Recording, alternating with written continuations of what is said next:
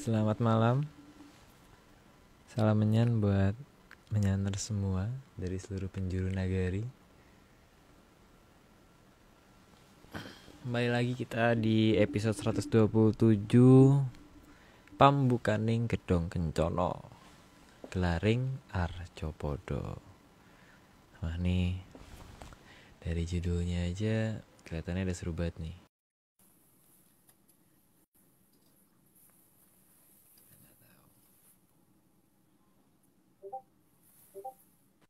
Ini Om Agung sudah bergabung. Halo. Halo. Oh, ini di Senen ya? Iya, betul. Ini Yuk. belum muncul ya, Mbak itu? Belum, masih di ini kali New Caledonia. Masih jauh, Om. Beda waktu lupa. Oh, enggak lupa. Enggak lupa waktunya. Ah, tuh dia. Mbak, Halo. Apa? apa gendut? Nggak apa-apa. Kan di sini kopen, Mas. Kalau di Jogja kan nggak kopen. Ya kan? Nggak kopen. Uh-uh. Oh, oke. Oh ya, Mbak, ketemu Mbak, untuk tempatnya yang itu. Yang itu. Yang apa? Yang apa ini? Yang ini loh, yang kayak ini loh, yang keluar-keluar tuh orang-orang tuh ngeklik di situ tuh. Ada ya? Jelas ada ya? Oh. Ada. Nggak lu loh aku. Jadi waktu memberitahukan kan aku belum pernah ke sana dan itu nggak ada di ini tuh Mbak, sama sekali tidak ada di internet kan itu. Ayo wes. Yang penting ketemu ya Mbak ya. Ketemu Mas. Aman. Ini aku masih pengen di dalam cerita, abu-abu. Ini masih aku dalam keabu-abuan yang tidak tahu apa-apa. Aku tidak tahu apa-apa gitu, terlalu abu-abu. Aku masih di dalam abu-abu. Nggak ngerti. Ya, masalahnya memang tidak bisa kalau lewat online kayak gini nih. Karena ini menyangkut terhadap sesuatu di negara lain kan, jadi jangan diungkap di sini. Nanti tidak ada sesuatu dengan wilayah itu gitu.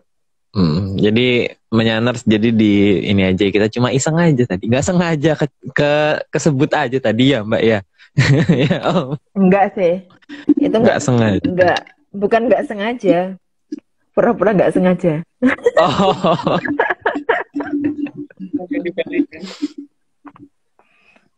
Kenapa? Nyambung dengan yang di Bali kan Mbak? Iya Mas. Ya wes, kecil ya suaraku ya? Aman. Soalnya Di aku aman. Sandaran gini kedengeran nggak? Aman. Kalau dia apa suara jelas sih sebenarnya. Yes, oke. Daripada mungkin segera aja dimulai. Ya, udah jam 1. Oh. Jangan bersedih Mbak. Bedanya berapa jam sih berarti? Kalau jam 1 tuh berarti 4. Beda 4 jam. Semangat Mbak. Oke. Thank you Arya. Iya. Slide 1. Dalam bahasa Jawa Kawi maupun Sanskerta, arca berarti patung. Kalau itu sudah pada mudeng lah, kalau arca itu patung, atau reco atau arca itu patung ya. Oke lanjut Mbak. Slide nomor 2, patung terbuat dari berbagai macam. Ada yang dari batu, tembaga, emas, dan lain-lain. Tergantung orang yang bikin ya, dan kemampuan dan kemampuan finansialnya sama kemampuan seninya kan. Yang jelas itu macam-macam, bisa dari apapun lah patung itu dibuat. Lanjut Mbak. Slide nomor 3, sangat banyak model patung yang ada. Dan patung digunakan untuk menunjukkan jenis-jenis makhluk di masa lalu dalam bentuk trimatra atau 3D. Ya seperti itulah, lihat aja langsung. Lanjut Mbak. Slide nomor 4, namun banyak yang menganggap itu cuma mitos. Dan itu terserah kepada yang menganggapnya. Kalau menganggapnya hanya mitos saja, maka pencarian akan berhenti di kata mitos saja, tanpa memikirkan bagaimana cara melihat keberadaan makhluk yang dipatungkan itu, betul-betul ada ataukah tidak. Ya, karena kan apa-apa itu tergantung dari kemampuan melihat ya, dan kemampuan seberapa sangkep poncondriane gitu kan. Jadi kalau misalkan hanya menggunakan dua mata, bukan mata satu, ya mungkin yang kelihatan ya itu mitos. Lanjut, Mbak. Oke, slide kelima, karena keterbatasan panca indera akan membuat kita mengabaikan, akan tetapi apakah pengabaian itu sebenarnya memang layak diabaikan, atau memang karena ketidakmampuan dalam mencari, maka pengabaian untuk mengalihkan dari ketidakmampuan. Loh, sekarang gini loh Mbak, masalahnya seperti bis pahala kencana yang nyasar di gerobokan aja, itu kan dianggap mitos Mbak, walaupun terjadi gitu kan. Karena ketidakmampuan teknologi Mbak, karena teknologi kan memang pada dasarnya tidak akan bisa menjelaskan menyan. Itu buktinya tuh yang di atas kita ini yang di ini yang itu dosennya aja dibukem ya Mbak. Ya, Aku udah anteng loh Om, baru slide 5. Baru. Tahu ilmu pengetahuan nggak tahu menyan belas bisa dibunuh dengan tes gitu kan. Mbak silakan ya Mbak yang keenam. Ya, yang keenam, karena mampu dengan bisa itu terkesan hampir sama, tapi bisa juga berarti sesuatu yang lain. Waduh, kalau bersama kita bisa itu karena bisa itu bisa berarti dapat atau berarti racun ular kan. Jadi kalau bersama kita bisa itu bersama kita racuni atau bersama kita mampu gitu kan. Tapi pada beda loh kata mampu dan bisa. Jadi jangan mengatakan bisa ya Mbak ya. Lanjut Mbak.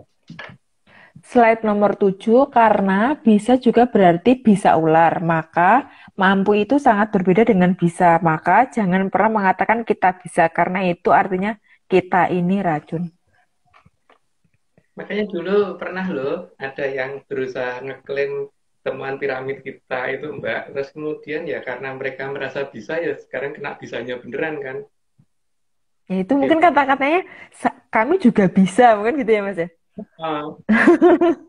Jadi kan sekarang merasakan kena bisa nih loh. Berani nyolong. Lanjut Mbak.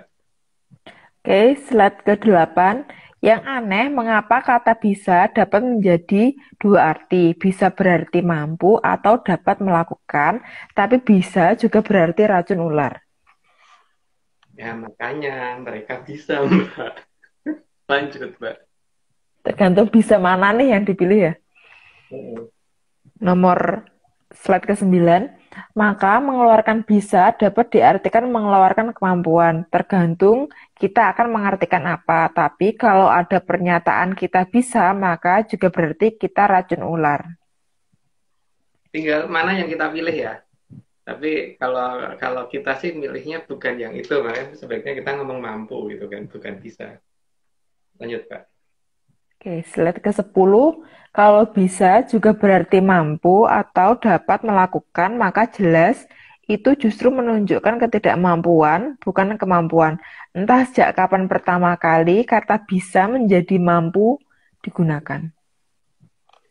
Karena merasa kan ada istilah rumangsa bisa ning rasa rumangsani tuh Mbak di zaman sekarang itu karena banyak loh yang merasa ngerti ini itu tapi sebenarnya nggak tahu. Sebenarnya cuma analisa itu. Jadi bukan karena benar-benar tahu. Akibatnya ya ada yang sampai bablas angin itu tenan. Karena yang di Berarti kalau kata bisa diganti kata mampu, merasa mampu, neng sebenarnya nggak mampu gitu ya Mas? ya. Oke, Mbak. Slide ke-11, jadi bisa itu seharusnya bukan mampu, karena bisa itu seharusnya jauh dari mampu. Nah, iya, namanya fenom itu kan bukan mampu, Mbak. Lanjut, Mbak. Slide ke-12, maka jangan mengatakan bisa, karena kita ini bukan makhluk berbisa, dan kita memang tidak akan pernah berbisa. Ya, tapi mungkin ada yang merasa dirinya berbisa loh, Mbak. kan itu terserah kepada yang pengen mengaku sebagai apa gitu kan, dia jenis bangsa apa gitu kan. Jadi kalau kalau mereka ada yang merasa jenis bangsanya adalah bangsanya seperti itu, kenapa kita larang? Lanjut, Pak. Rombongan, rombongan bisa. Slide ke-13, karena tidak semua bisa ada serumnya, terutama dari ular weling. Lanjut dulu aja. Slide ke-14, weling dalam bahasa Jawa berarti pesan. Jadi sebenarnya aneh kenapa pesan itu justru ada dalam bentuk ular. Mungkin lanjut aja karena udah jelas. Slide ke-15, tapi satu hal yang kita ketahui, kalau ular weling itu matanya pasti rabun, terutama pada saat berganti kulit. Itu mungkin kalau orang-orang penggemar reptil pasti udah tahu ya. Pada saat ganti kulit itu kan termasuk ganti kulit di matanya ular, itu dia akan tambah rabun dan nggak bisa melihat apa-apa itu pada saat ganti kulit. Paling galak-galaknya pada saat itu. Lanjut, Mbak. Emang matanya ganti kulit, Mas? Iya. Sama matanya. Gila. Itu loh, karena waktu pas di hutan itu kita kan nemu kulit ular itu yang sudah kelungsungan itu, Mbak, itu kan ada bagian kepalanya juga masih kelihatan ada ininya juga, bagian matanya nggak lubang kok, tapi juga ikut ada itunya. Oh, soalnya itu mungkin kayak pakai kacamata dan nggak kelilipan ya, Mas. Justru nih ke tanah. Iya. Slide ke-16, meskipun bisanya paling berbahaya dan tidak ada serumnya, ular weling juga merupakan hewan yang pemalu. Kalau ketemu manusia cenderung menghindar atau malah menyembunyikan kepalanya. Sebenarnya ular itu paling berbahaya kan ular weling ini ya, karena nggak ada serumnya, walaupun mungkin yes pokoknya yang jelas ini mematikan gitu kan. Tapi kalau ketemu ular, kalau ketemu orang biasanya nggak ngejar sih, biasanya malah dia cenderung sembunyi atau kabur. Setauku loh, waktu aku masih kecil dulu kan sawah, kadang-kadang bandel terus jangan kabur. Itu karena apa, Mas? Insecure ularnya. Sedia amat, Mbak. Itu namanya naluri alami dari suatu makhluk bahwa dia ngerti risiko bahwa ini loh kalau melukai suatu makhluk yang lain atau membunuh, dia hukuman itu nalurinya ada di sana gitu loh. Jadi dia milih pergi supaya dia tidak harus nanggung itunya.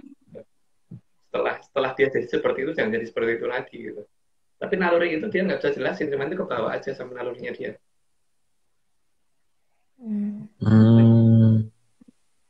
Oke. Ya nanti dicerna lagi, Aryo. Ngerti, aku udah ngerti, Mbak. Aku udah ngerti, Mbak. Oh ya, oke. Nah, kamu terus sih, ikutin aku. Slide ke-17, ular weling juga ular yang dalam mencari mangsanya lebih menggunakan indera penciumannya. Jadi bukan menggunakan matanya. Ya, dengan penciuman ya, tapi karena mata ular kan biasanya rabun, jadi pencariannya menggunakan penciuman, jadi daya yang lain, indera yang lain yang digunakan. Begitu kata temanku yang ini ya, ahli reptil. Oke. Slide ke-18, hal itu seperti menyindir bahwa ada weling yang kalau mencari mangsa bukan dengan mata, atau ada perintah kalau mau mencari bukan dengan indera mata. Semua di alam itu kan serba sandi ya, tergantung kita mengerti nggak sih yang dimaksud gitu kan. Kan bisa aja itu ular dikatakan ular zebra cross gitu, kenapa dinamakan ular weling gitu kan. Kenapa nggak dikatakan ular biarpet atau ular pada abang putih gitu, bukan dikatakan ular zebra cross juga kan ya, tapi dikatakan kenapa weling. Ya, berarti ada sesuatu yang disembunyikan oleh leluhur, kenapa dinamakan itu di negara namanya bukan weling kok. Lanjut, Mbak. Slide ke-19, ular weling juga sering berada di bawah tanah. Biasanya bersarang di tempat yang lembab. Jadi ciri-ciri seperti itu juga harus kita perhatikan. Karena apa? Itu berarti menunjukkan apa gitu. Oke, lanjut dulu aja, Mbak. Slide ke-20 ini seperti menunjukkan adanya sesuatu weling atau pesan yang disembunyikan di bawah tanah di tempat yang lembab. Nah, mulai jelas ya. Nanti lanjut dulu. Slide ke-21, maka terkadang keberadaan ular weling akan menuntun untuk menemukan di mana situs asli Mojopahit disembunyikan. Jadi saya tidak ngomong Majapahit ya, tapi ngomong Mojopahit loh. Ya toh, maka di sini jangan mencari di sini kita tidak mencari nama Majapahit sama sekali karena Majapahit nggak tahu di mana. Kalau Mojopahit jelas nggak akan jauh dari Cibubur. Lanjut Mbak. Slide ke-22, karena keberadaan ular weling juga bisa digunakan untuk melindungi situs besar yang ukurannya di luar dugaan manusia peradaban sekarang. Itu yang moto di atas kita itu yang berhasil memfoto. Lanjut Mbak. Aduh, nggak Slide sempat lanjut. ke-23, meskipun ular king cobra itu juga belang-belang, namun bukan ular king cobra yang dapat dijadikan patokan untuk mencari keberadaan situs besar. Karena lambang yang digunakan oleh leluhur kita memang bukan king cobra sih. Kalau king cobra yang menggunakan kan lambangnya ada di negara lain yang menggunakan lambang itu untuk ini ya, apa namanya, untuk ular yang dianggap nakut-nakutin gitu. Walaupun king cobra juga weling apa namanya juga belang-belang gitu. Kan sama-sama belang-belang hitam putih tapi itu dikatakan ulo sendok, tapi kalau yang satunya kan dikatakan ular weling. Kenapa namanya weling gitu kan? Lanjut Mbak. Slide ke-24, bahkan semua jenis ular yang bisa mengangkat kepalanya sampai mirip sendok tidak dapat dijadikan patokan pencarian. Karena memang bukan itu yang dimaksud leluhur, itu bukan di daerah yang menghasilkan apa yang ada ular sendoknya gitu kan. Kalau yang jelas yang ada welingnya, yang weling itu apa maksudnya kan tadi udah dijelasin di atas. Lanjut Mbak. Slide ke-25, juga ular yang besar dan panjang sangat tidak bisa dijadikan patokan pencarian situs Mojopahit. Ya, karena memang bukan weling kan, karena tidak ada pesan di sana gitu. Lanjut Mbak. Slide ke-26, hanya ular weling yang dapat dijadikan patokan, karena di sela-sela patung besar, pasti ada daerah lembab yang dapat dipakainya bersarang. Tapi yang bersarang ular weling ya, jadi bukan king cobra ya. Lanjut Mbak. Slide ke-27, jadi selain ular weling hitam putih, tidak ada yang bisa menunjukkan arah di mana situs itu berada. Tapi cuman ini kan hal yang berbahaya ya, jadi sebaiknya jangan dicari di lapangan deh. Tapi kalau mau mencari ya resiko tanggung sendiri ya, karena ini ular yang tidak ada penangkal bisanya, walaupun itu ular pemalu. Lanjut Mbak.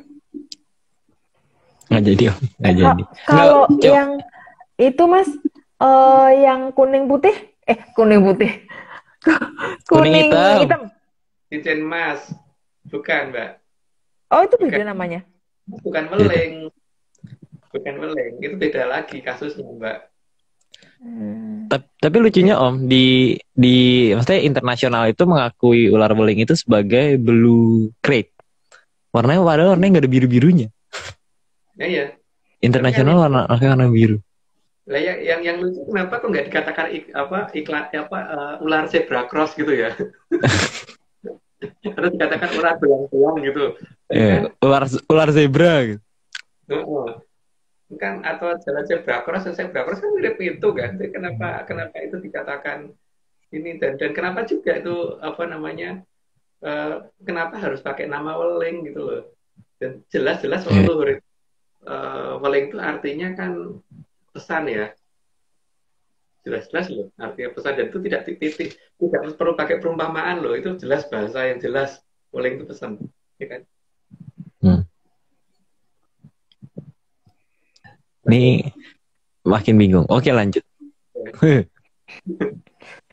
Slide ke-28, zebra juga hewan yang belang-belang hitam dan putih, tapi belangnya tidak searah garisnya. Ya, tapi juga dikatakan kuda weling kan juga enggak toh Mbak. Apa loh Mas itu? Kuda weling. Itu ternyata kan cuman ular doang gitu loh. Kenapa kok enggak zebra nggak dikatakan weling juga gitu loh. Ular weling, ini kuda weling gitu kan harusnya ya. Iya.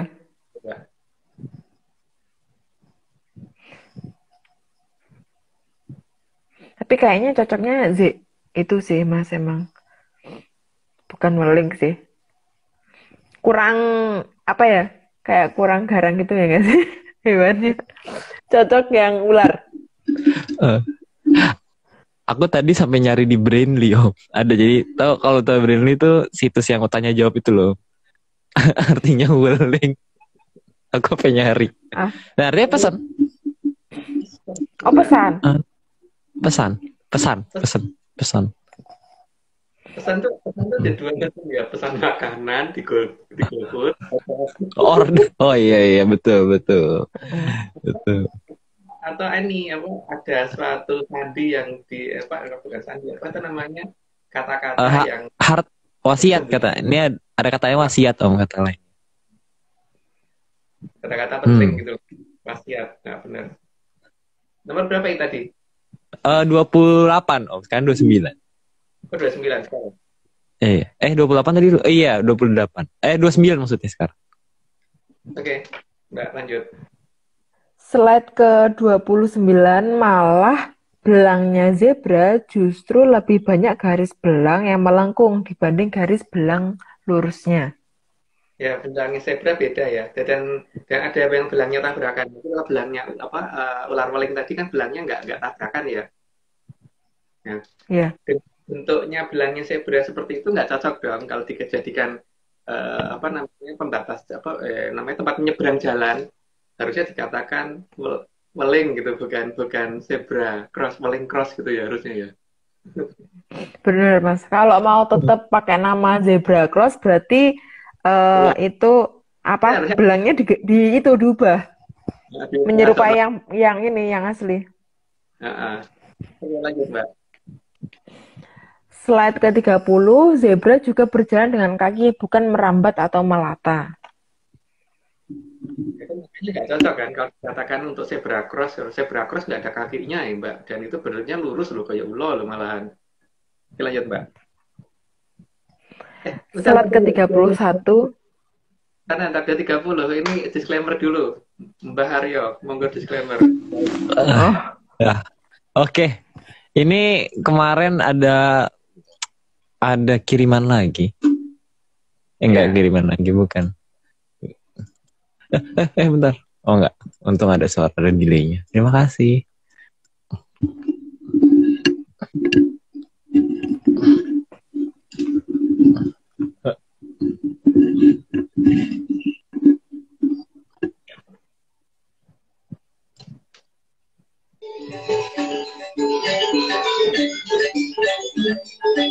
Semua ini kalau tidak percaya ya nggak apa-apa.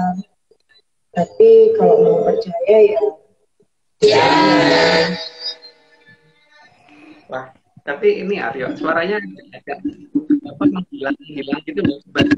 Ini ulang lagi biar lebih jelas suaranya, Aryo. Ya, coba ya sebentar ya. Coba sekali lagi. Kayak gitu loh suaranya. Macet-macet. Oh iya, sama berarti. Semua ini hanya dongeng. Kalau tidak percaya ya nggak apa-apa. Tapi kalau mau percaya ya. Namanya ya masih mengobat, tapi masih kelihatan. Kedengeran. Yang lagi juga sih. Oke, lanjut, Mbak. 3. Nanti aku coba cari akal dulu biar. Akalnya masih di sini kan, yuk. Oh, masih bukan di sini, bukan. Kok dicari?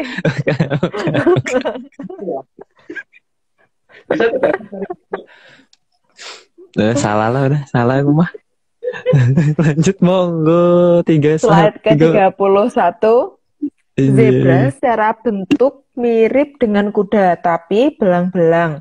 Juga tidak dinamakan kuda belang, pun tidak dinamakan kuda weling. Nah, itu loh. Tapi yang namanya pakai weling di Jawa kok cuman ular gitu loh. Itu kenapa? Gitu. Harusnya kita mulai nanya dong bahwa ada yang disembunyikan luhur itu apa gitu maksudnya. Oke, lanjut, Mbak. Slide ke-32, maka zebra sangat tidak ada kaitannya dengan kata hati-hati. karena zebra memang tidak berbahaya bagi manusia. Ya itu. Tapi kenapa untuk penyeberangan itu yang dikatakan hati-hati itu yang tulisan ya, hati-hati kalau ada tanda zebra cross ya. Itu kan nggak nyambung ya harusnya. Tapi kalau hati-hati ntar nginjek ular itu harus hati-hati gitu kan. Nah, benar. Kalau nginjek kuda, nginjek zebra itu nggak perlu hati-hati mbak. Karena dia pasti akan kabur sendiri. Gitu. Tapi ya, ular hati-hati ya gitu. Oke lanjut. Apalagi ular ruling ya. Iya. Oke, Slide ke-33, tapi ular weling lebih berbahaya dan bisanya ada di tanah serta berjalan merambat. Biasanya ada di tanah serta berjalan merambat. Jadi yang digambarkan di tanah dan seolah-olah seperti merambat itulah yang seharusnya dikatakan weling gitu kan. Bukan dikatakan zebra. Lanjut mbak. Tapi kan itu cuma dongeng kan mas. Nggak perlu dipercaya sama sekali.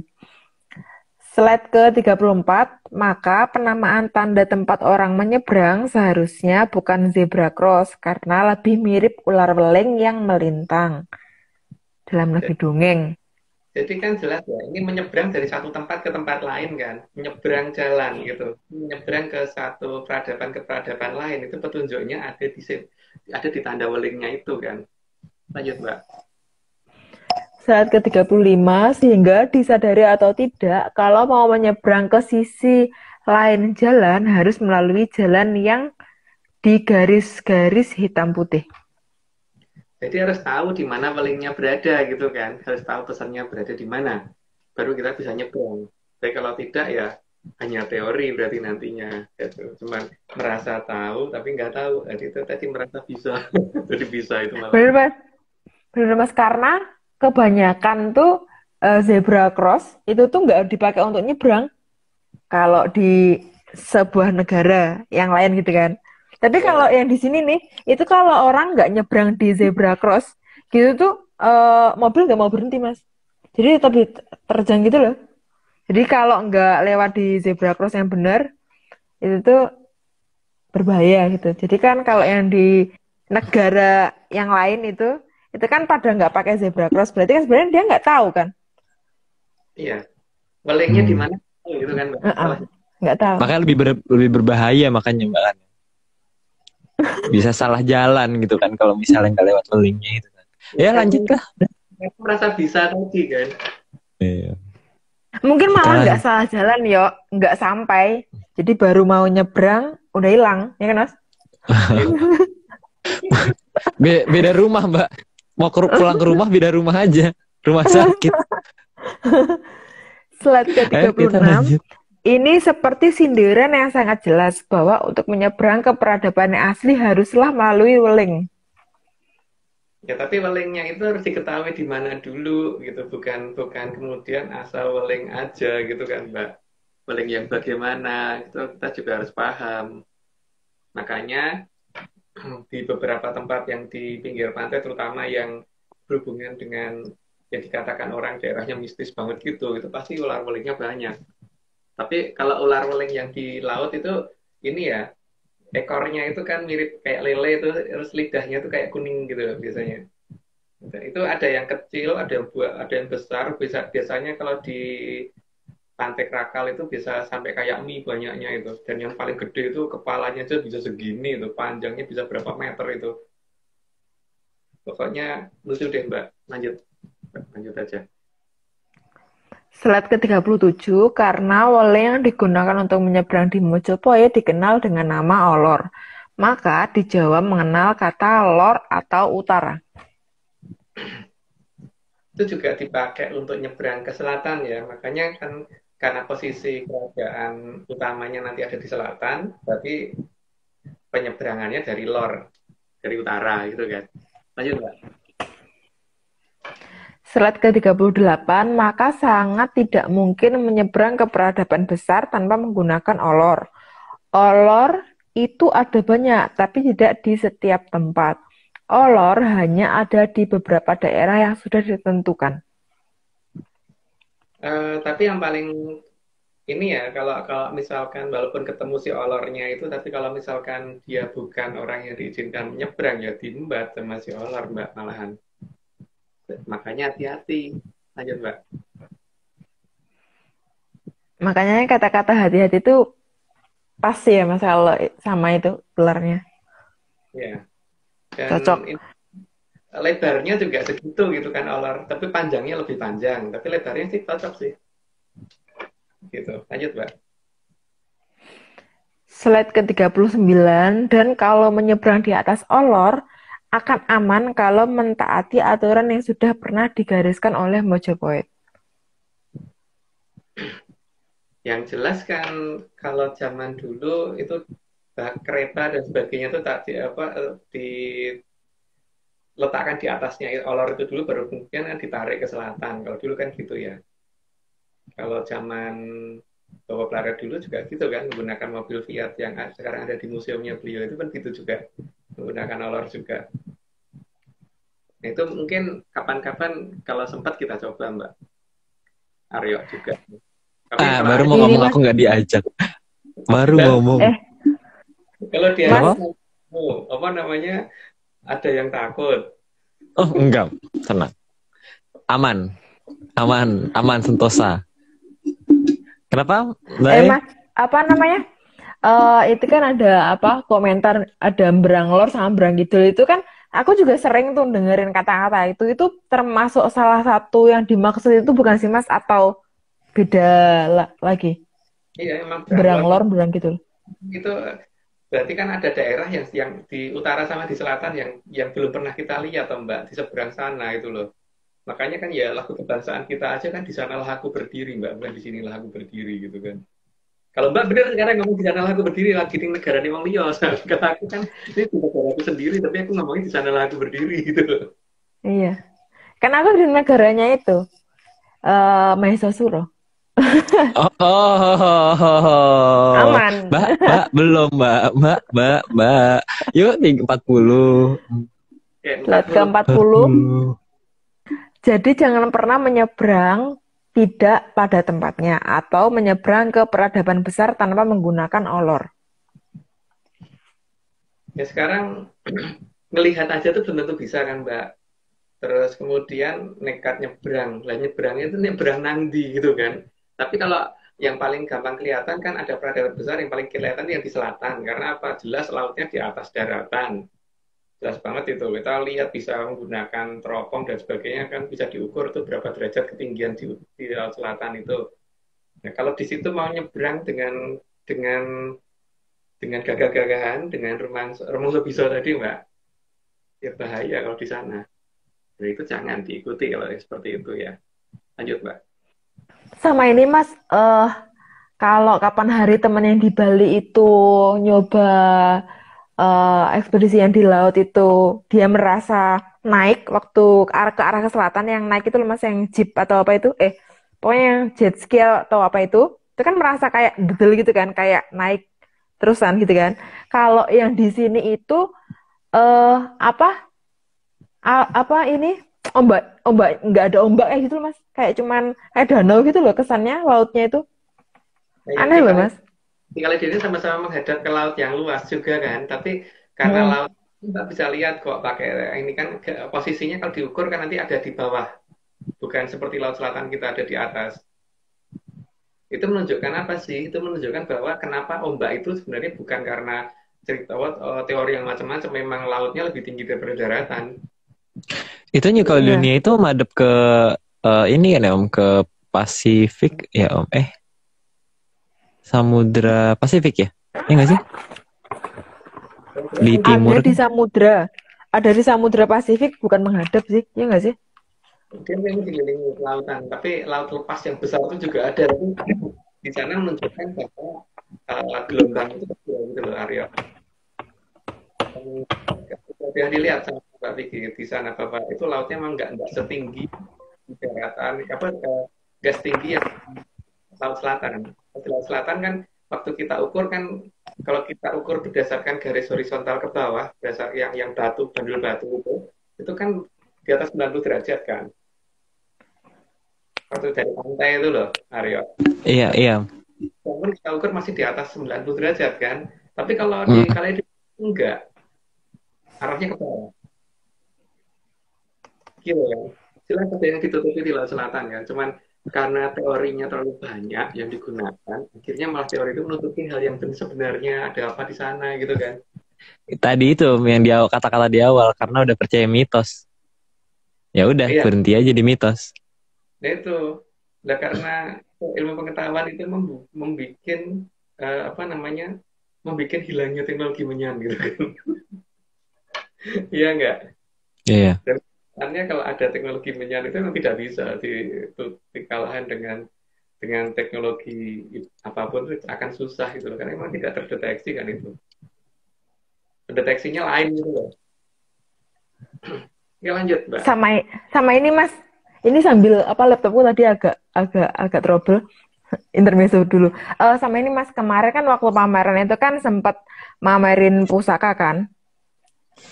Nah, itu tuh kan kebetulan pusakanya itu kan dipegang tuh sama orang lain, misalnya kan lagi diberdiriin gitu kan. Terus itu kan dipegang gitu kan. Mungkin menurut dia itu ada magnet atau gimana gitu kan. Dia tuh mau ngembaliin gitu kan. Nggak bisa dong. Terus dia masukin itu loh, maksudnya kayak dimasukin ke warongkonya. Terus dia sambil kayak ketakutan gitu kan. Ngasih tahu ke istrinya. Setelah itu istrinya tuh ngasih tahu ke aku. Kan kebetulan yang jaga pameran kan aku kan. Terus kayak, aduh itu tadi apa suami aku tuh pegang ini tapi nggak bisa ngembaliin, nggak bisa ngeberdiriin lagi gitu. Terus gimana? Kayak ketakutan gitu loh Mas.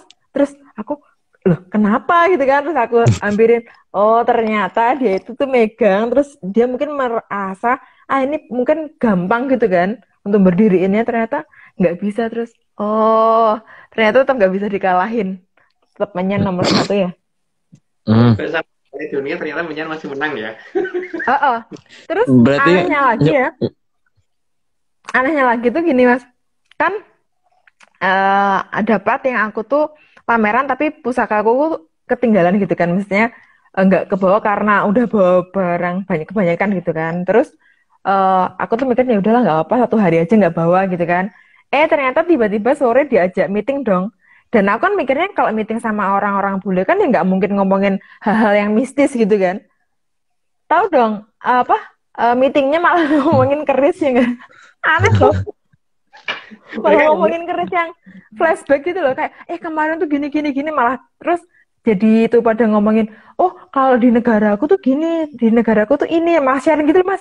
Ini kita kan topiknya ngomongin budaya, maksudnya batik gitu kan ya. Kenapa malah ngomongin keris gitu? Lucu. Itu kan dituding ke Tapi yang ngomongin tuh bule-bule gitu Mas. Mas? Kalau dituding ke pesawat dan pesawat yang terbang bisa turun, itu mereka lebih histeris Mbak. Tapi jangan ya, penting. Om jangan ngomong Om. Kalau enggak aku penasaran loh. Ini aku tuh penasaran orangnya loh. Mending jangan dikasih ide Mas, saya daripada dipraktekin. Iya. Aku tuh orangnya gampang penasaran loh. Gak, tapi Mbak, apa namanya memang perlu sih menunjukkan bahwa sesuatu yang diberikan oleh leluhur kita itu memang beda dengan yang di negara lain. Kalau negara lain itu mereka ngomong punya ini punya kampak yang hebat kayak atau apa, itu tetap tidak seperti itu gitu. Kenyataannya tetap tidak seperti itu kan. Enggak, tetap beda. Jadi di Amerika katanya punya ini pusaka dan sebagainya, ternyata tidak seperti itu juga. Tetap hanya di negara kita kok. Jadi negara kita itu tidak cuma di Jawa loh Mbak, di Bali juga begitu, di Sumatera juga begitu, di Sulawesi juga begitu gitu loh. Benar-benar tidak dimiliki negara lain yang aku tahu. Tapi benar. Yang menggunakan orang yang benar ya, yang gunakan orang yang ngerti. Kalau nggak ada ini ya nggak ini. Terus tahu nggak sih Mas? Ini aku mah pamer ya, nggak apa-apa ya guys. Ini ajang pamerku hari ini. Aku dengan senang hati mendengar loh. Tahu nggak sih Mas, kan waktu opening itu kan aku mikirnya mau pakai baju biasa gitu kan, mesti kayak pakai batik biasa gitu kan. Tapi tiba-tiba itu aku disuruh pakai baju yang kebaya gitu kan. Terus aku kan ngasih tunjuk foto ageman gitu loh Mas. Dan aku mikirnya mau aku pasang ke manekin supaya kelihatan kalau orang Jawa tuh pakainya seperti ini loh, nggak kelihatan kayak miskin gitu loh, karena kan pakai bling-bling gitu kan Mas. Gitu. Ya kali masa dikiranya miskin terus gitu kan. Terus aku mikirnya ya udah gitu kan. Ternyata sama bapaknya itu ini dipakai aja, jangan sampai cuma dipasang di manekin gitu. Sayang senimannya itu harus jadi bintang lah hitungannya ya gitu kan hari hari opening itu. Nah, kan aku juga bawa itu mas apa pusaka kan aku taruh di belakang gitu kan. Aku pikir tuh orang itu bakalan nggak ngeh gitu loh kalau bawa pusaka, ternyata nggak. Banyak orang yang notice dan apa ngefoto diam-diam itu loh kayak paparazzi gitu loh mas. Aneh kan? Padahal kan nggak terlalu kelihatan kan, nggak di depan kan, di belakang punggung gitu kan. Ternyata pada ngeh. Makanya itu setelah itu waktu rapat ngomongin pusaka karena itu mas. Dan karena juga apa yang itu berdiri apa dia apa ngesenggol pusaka yang lagi berdiri gitu loh mas. Itu yang bikin bikin rapatnya endingnya ngomongin pusaka karena itu.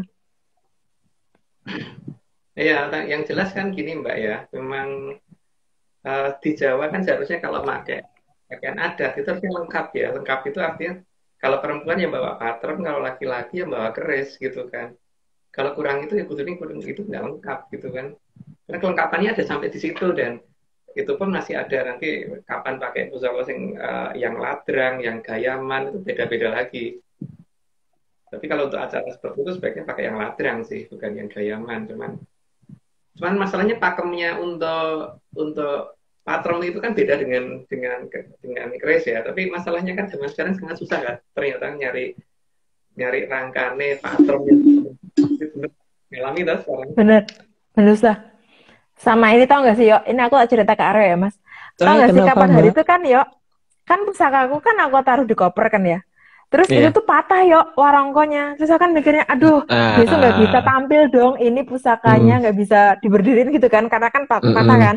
Terus suatu ketika kan aku ada kayak 7 hari lah untuk persiapan mau pameran. Terus aku telepon Mas Agung, gimana nih Mas, pusaka aku warangkonya patah gitu kan. Mas Agung, ya dilem aja Mbak gitu. Nanti dikasih tahu kalau nanti waktu udah pulang di Jogja diganti yang baru. Terus Mas Agung bilang siapa tahu nanti dia masih mau berdiri gitu kan. Aku mikirnya ya nggak mungkin lah ya bisa berdiri karena kan mestinya kayak ibaratnya kayak orang itu bajunya udah sebel-sebel masa mau tampil kan ya nggak mungkin kan. Bisa yuk. Setelah selesai telepon aku lem, aku berdiri. Kok bisa sih? Aneh kan? Emang Aduh. begitu Mbak? Emang mereka begitu kok. Kayak nunggu nunggu setelah di komando Mas Agung tuh baru bisa gitu loh. Padahal itu awalnya nggak bisa. Aku coba di Indonesia, mestinya waktu di rumah itu kan udah lengkap juga kan. Nggak bisa, nggak mau. Harus patah dulu, terus aku konsul dulu, ya kan? Terus mungkin bisa berdiri, Mas Agung ngomong gitu, mungkin bisa berdiri, tapi berdiri beneran. Kan ini orang gimana sih? Kayak gitu. Kamu Hmm. ada apanya sih Mas? Kamu Mas? Nggak, aku lali ya. Itu nanti kalau ada apa Mbak sampein ke Mbak Omeng posisinya di utara pasar, terus ada dekat sekolah apa ujung sekolahan di ujung ada sekolahan di ujungnya itu ada sesuatu gitu ya Iya, oke oke. di Denpasar ya. Oke oke. Harus nyari itu. Gitu. Udah lanjut dulu aja Mbak. Lihat cerita untuk. Oke, siap. Oke. Slide ke-41. Namun, olor tidak akan pernah bisa ditemukan jika mengikuti polanya munyuk. Dan yang menganggap munyuk adalah awal dari manusia. Karena olor akan bersembunyi terhadap yang menganggap leluhurnya munyuk. Gimana mau Mbak Ong Olor itu kan untuk anu ya, untuk memberi jalan ke teraing ini kan, teraing Jayeng Katon. Jadi bukan teraing Munyuk gitu. Jadi ketika ada yang menganggap bahwa manusia berasal dari Munyuk, ya dia pasti nggak akan bisa melihat itu sama sekali dan pasti yang dia buka hanya daerah Dekoy, bukan daerah yang seharusnya. Ayo Pak. Slide ke-42, karena peradaban besar memang bukan peradaban yang didasarkan atas munyuk. Maka meskipun para munyuk sudah baris teratur, tetap saja tidak akan diizinkan masuk ke peradaban Mojopahit. Saatnya Mas. Sekian toh, dapat cuma baris dan ini tapi ya itu ya kalau memang teorinya didasarkan itu ya tetap tidak akan pernah bisa mengenal Mojopahit di mana. Tapi kalau Majapahit mungkin ketemu, kalau Mojopahit enggak. Lanjut Mbak. Slide ke-43, leluhur kita menyebut bumi dengan sebutan Arcapada. ini sebenarnya lompatan yang tadi ya, tapi ya udah lanjut aja karena ini kan berarti kan Arco tuh ya, penjelasannya ada di bawah. Lanjut, Mbak. Slide ke-44, pada berarti kaki. Ini menunjukkan negara kita seharusnya mempunyai patung yang amat sangat besar, sehingga kita ini berada di bawah kaki patung. Nenek moyang kita nyebut bumi itu bukan bumi loh, tapi arcopodo loh ya. Terutama yang di Jawa ya, nyebutnya arcopodo. Kalau dikatakan arcopodo berarti kan ada patung yang besar dong. Sehingga kita hanya berada di kakinya itu gitu. Bahkan kita kan di atasnya Sang Hyang Wening, ada Sang Hyang Menang. Sang Hyang Menang kan nyebutnya Sang Hyang Podo ini menang kan.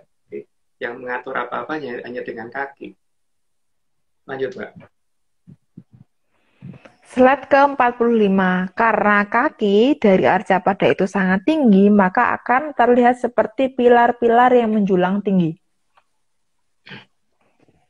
Makanya banyak tempat yang kemudian di ini ya ada beberapa hal yang kemudian di peradaban ini jadi aneh ketika hampir banyak patung yang justru malah kakinya nggak kelihatan kayak pilar karena ketutupan jari. Jadi yang kita cari adalah peradaban yang kakinya masih kelihatan. Makanya Mbak bisa lihat ya di cerita pewayangan kita di lakon-lakon wayang kulit terutama itu selalu Arjuna itu masih kelihatan kakinya, ya kan? Terus Werkudara juga kelihatan kakinya, bukan jarinya sampai bawah. Iya tahu Mbak? Iya. Terus kenapa kok tiba-tiba gitu kan? Tadinya enggak. Iya, karena selalu digambarin pakai celana pendek, Om. Di belakangnya tadi ada wayang nggak? Kalau ada wayang tunjukin bentar deh. Aku cari bentar ya, Om. Ya, tungguin dulu. Oh, aku ada wayang di sini, Sebentar guys. ya. Sebentar ya, guys.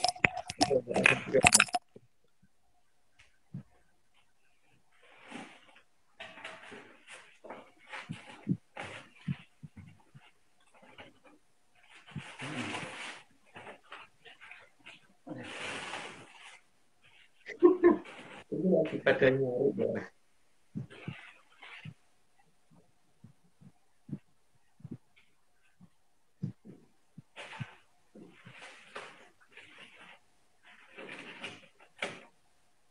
Aku kembali.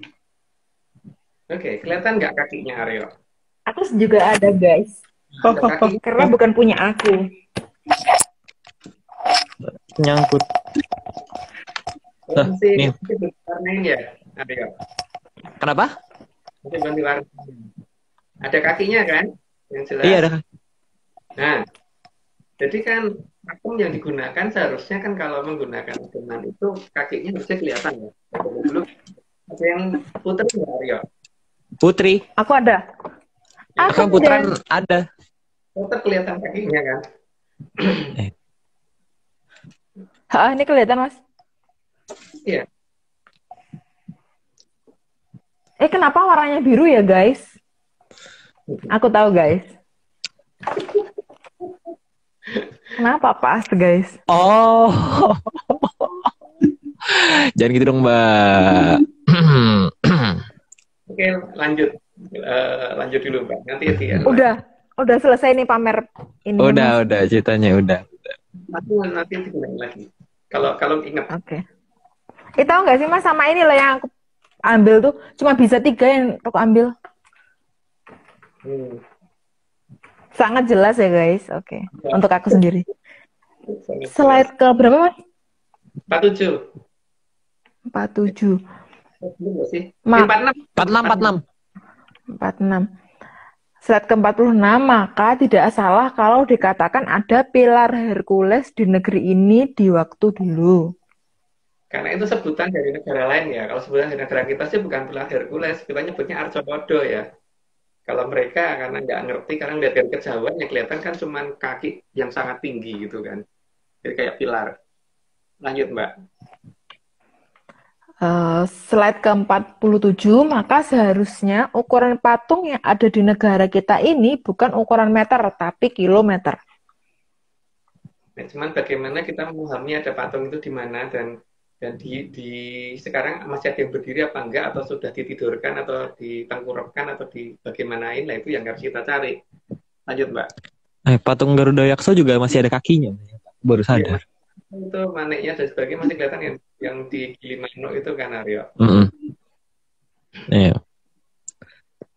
Oke, lanjut.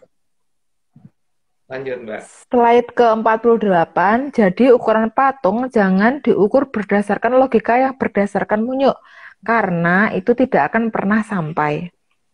Jadi ukurannya bukan ukuran itu ya yang ada di gambar itu ya, tapi jauh loh, itu kilometer bukan meter ya.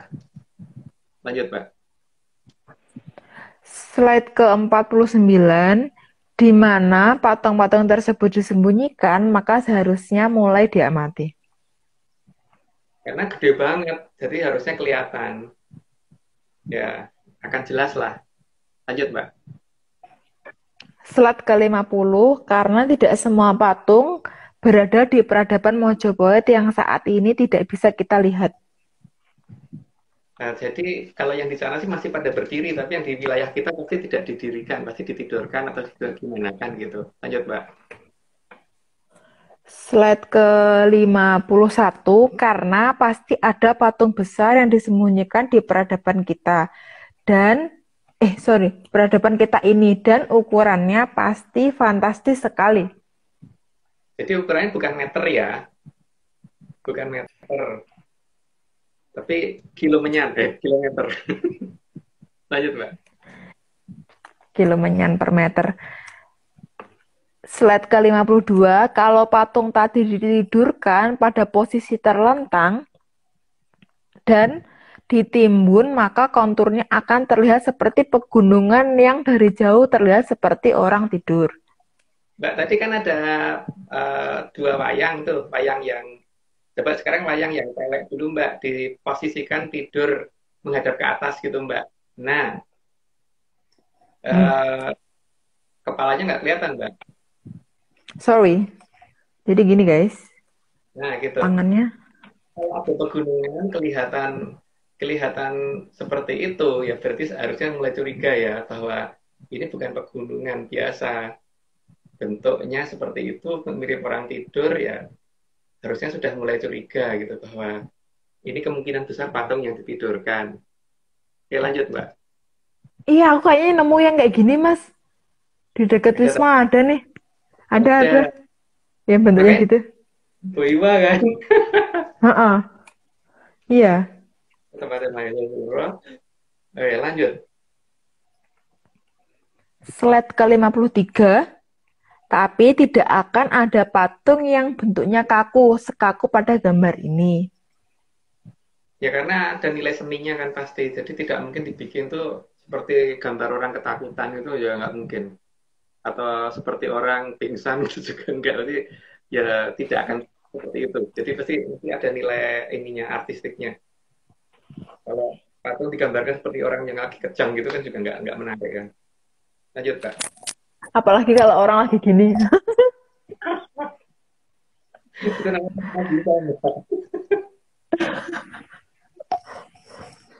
Slide ke-54, sangat banyak posisi menidurkan si patung karena bisa terlentang, tengkurap, ataupun menyamping. Yang paling kelihatan yang terlentang ke atas ya, dan itu pasti paling langka. Tapi kalau misalkan dia tengkurap akan susah diamatin. Tapi paling gampang itu kalau misalkan kita lihat konturnya, kita misalkan cari boneka Barbie gitu, ditaruh, kemudian ditimbun pasir, nanti kita foto, kita cocokin dengan di Google Earth atau apa dengan menggunakan yang tiren gitu loh, apa namanya itu, yang menggunakan peta kontur, pasti akan kelihatan Ya. situ. Oke, lanjut, Mbak. Berarti harusnya udah mulai curiga sama pegunungan yang seolah-olah gunung yang seolah-olah pegunungan berjejer gitu kan, Mas? Yang kayak orang tidur terutama ya. Jadi jangan percaya alamiah dulu gitu loh. Jangan percaya dulu kalau itu alamiah gitu. Oke, lanjut, Pak. Slide ke-55, patung pada posisi ditidurkan terlentang akan sangat mudah dikenali karena konturnya yang paling kelihatan. Apalagi kalau patung tersebut merupakan patung sosok putri atau batari? Yang paling kelihatan sih bentuk lekuk-lekuknya. Kalau perempuan, kalau cowok mungkin hanya muka yang paling kelihatan kan. Kalau ke bawah kan kurang-kurang. Jadi dan harus kelihatan proporsional ya. Jadi kalau nggak proporsional ya berarti bukan gitu. Lanjut, Mbak. Slide ke-56, patung pada posisi ditidurkan menyamping terkadang akan sangat sulit terlacak karena konturnya akan sangat susah dicocokkan dengan bentuk tubuh manusia. Apalagi kalau pakai guling ya, Mas? Ya, tapi kalau teliti tetap kelihatan kalau teliti. Jadi mungkin itu tadi apa menggunakan boneka dulu, kemudian disiram ditutup pasir gitu nanti jadi Lebih susah kalau pakai selimut, Mbak. Selimut yang tebel itu kan ya. Iya. Lebih susah lagi kalau setelah itu nanti dikasih box. Oh, betul. Ya kan? Kamu suka box kan ya? tidur di bawah kasur itu lebih susah dilihat. Oh iya, Di kotakan. benar. Oh, Mbak, jangan mancing-mancing, Mbak. Jangan. Aku nggak Apa suka ya? kaleng-kongguan. Kalian kok nggak nih Rengginang? Tidak. Tidak bisa. Oke, lanjut. Slide ke-57, karena patung pada posisi ditidurkan menyamping akan menghilangkan bagian-bagian yang mirip manusia. Ya itu tapi tergantung penelitian sama kemampuan sangkep Pancondrioni apa enggak gitu. Kalau Pancondrioni sangkep tetap akan kelihatan karena memang kalau lihat pakai mata nggak kelihatan. Jadi kalau lihat pakai mata satu pasti akan langsung nunjuk yang itu gitu kan. Lanjut, Mbak. Itu berarti termasuk rambutnya juga akan membentuk kontur gitu ya, Mas? Ya, iya pasti itu. Oke, slide ke-58, sedangkan patung kalau ditidurkan dengan posisi tengkurap akan lebih susah lagi karena tidak terlihat lagi kontur yang mirip manusia. Ya itu paling sulit itu kalau posisi tertidur tengkurap gitu. Itu tergantung kekuatan seberapa pekannya, kekuatan yang dimiliki aja itu kalau udah begitu. Lanjut, Mbak. Slide ke-59, tapi meskipun pada posisi tengkurap, kalau kita membuat permodelannya terlebih dulu, maka akan tetap terlihat.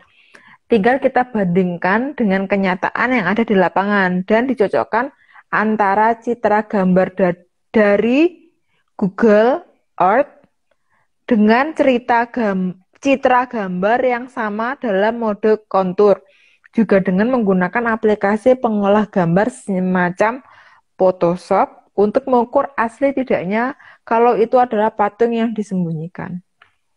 Jadi harus proporsional, yang penting itu ya. Kalau tidak proporsional ya berarti layak nggak perlu dianggap sih. Dan ukurannya kilometer ya, bukan meter. Lanjut, Mbak. Ini pada tanya, itu siapa yang menidurkan? Siapa yang menimbun ya, Mas? Itu ketika di era akhir, ketika Mojopahit masih bisa dilihat, itu masih ada seharusnya. Tapi ketika Mojopahit sudah menutup diri dari kita, yang mereka yang menutupin itu, yang menidurkan itu semua. Cuman kenapa itu ditidurkan seperti itu? Karena memang mereka nggak mau itu dilihat oleh peradaban kita. Karena ada hal yang sangat-sangat ekstrim berbeda antara kita dan mereka. Terutama di bagian yang kita anggap paling penting itu adalah sesuatu hal yang dianggap paling merusak oleh sana gitu loh. Masalahnya kan itu. Jadi yang kita anggap paling penting itu apa, nggak tahu. Tapi yang jelas yang kita anggap itu paling penting, perlu bagi mereka itu adalah paling merusak. Makanya di Kaledonia nggak ada tuh itu, Mbak. Ada tuh. Apa? Annoying sound. Nggak boleh gitu, Mbak. Apa ya? Suaramu sampai sini tuh nggak ada. Itu kan berarti hening, ya kan? Indah dunianya itu nggak ada suaramu. Nggak ada itu loh. Apa? Suaramu yang menggema itu loh ya? Enggak, udah cukup ya, cukup. Takut. Slide ke-60, maka sudah saatnya kita mulai mencurigai bahwa itu pegunungan kah atau deretan patung yang ditidurkan. Yang jelas jangan terjebak dengan kata-kata alamiah itu tadi ya. Dan memang menimbunnya itu pasti dalam, tidak mungkin hanya ukuran 1, 2, 3 meter tuh enggak. Tapi juga nggak nyampe kilometer kok. Jadi kalau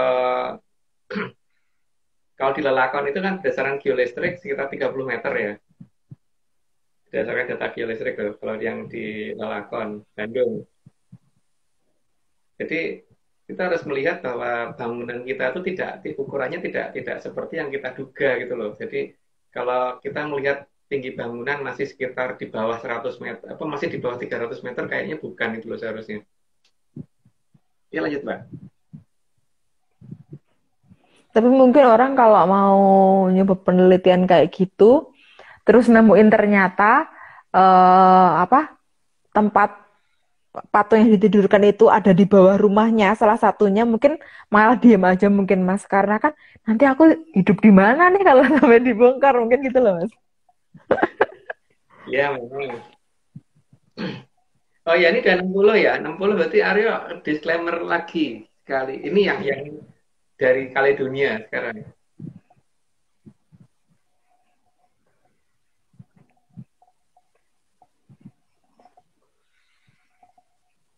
Gak ada suara Aryo. Aryo lagi masih di Maaf, ya? maaf, lupa. Suaranya menggema. Tadi Mbak sini. Kenapa? Kirain suaranya Mokto. Mau suaranya duluan.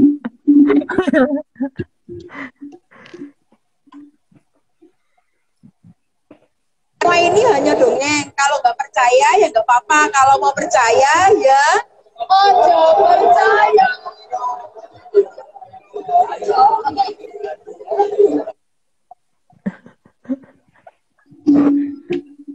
Oke. Itu kemarin. Oke. Yuk. Aduh. Slide ke Kenapa? Yang mau pakai bahasa Indonesia berapa orang tadi Mbak di situ tadi? Itu tuh kayaknya sekitar 18 apa ya Mas? Tapi itu masalahnya itu aku kan deg-degan banget ya, karena itu ditonton sama orang-orang lain. Ya meskipun orang-orang lain nggak tahu bahasa Indonesia artinya apa gitu kan. Cuma kan tetap deg-degan kan, karena kita berjejer gitu, dan di depan kita ada yang video, dan di belakang yang video itu banyak orang yang lagi nonton pameran gitu loh Mas. Oke. Oke, slide ke-61 harus juga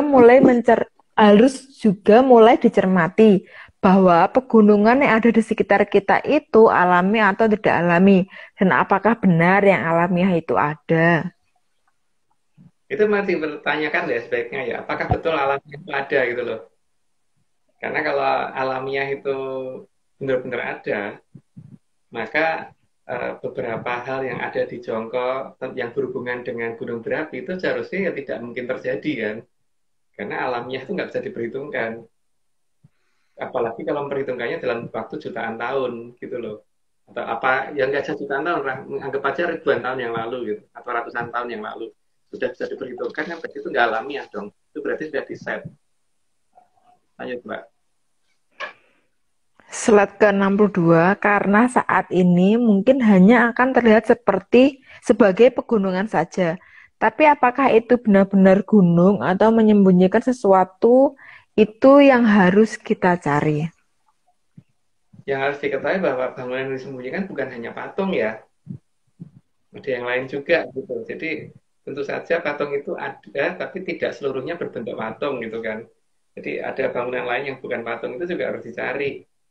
Tapi kalau mencari jangan bangunan yang di bawah 300 meter, karena rata-rata memang di atas 300 meter. Lanjut Mbak. Slide ke-63, meskipun itu gunung aktif sekalipun, kita tetap harus curiga kalau itu tidak alami. Ya, sekarang kalau itu alami, nyatanya ya pada saat kita mengadakan menanam beberapa batuan di daerah pantai yang kita rahasiakan itu, ternyata batu itu pada turun waktu gunung kelut meletus gitu kan. Kalau alami nggak begitu. Begitu kalau alami.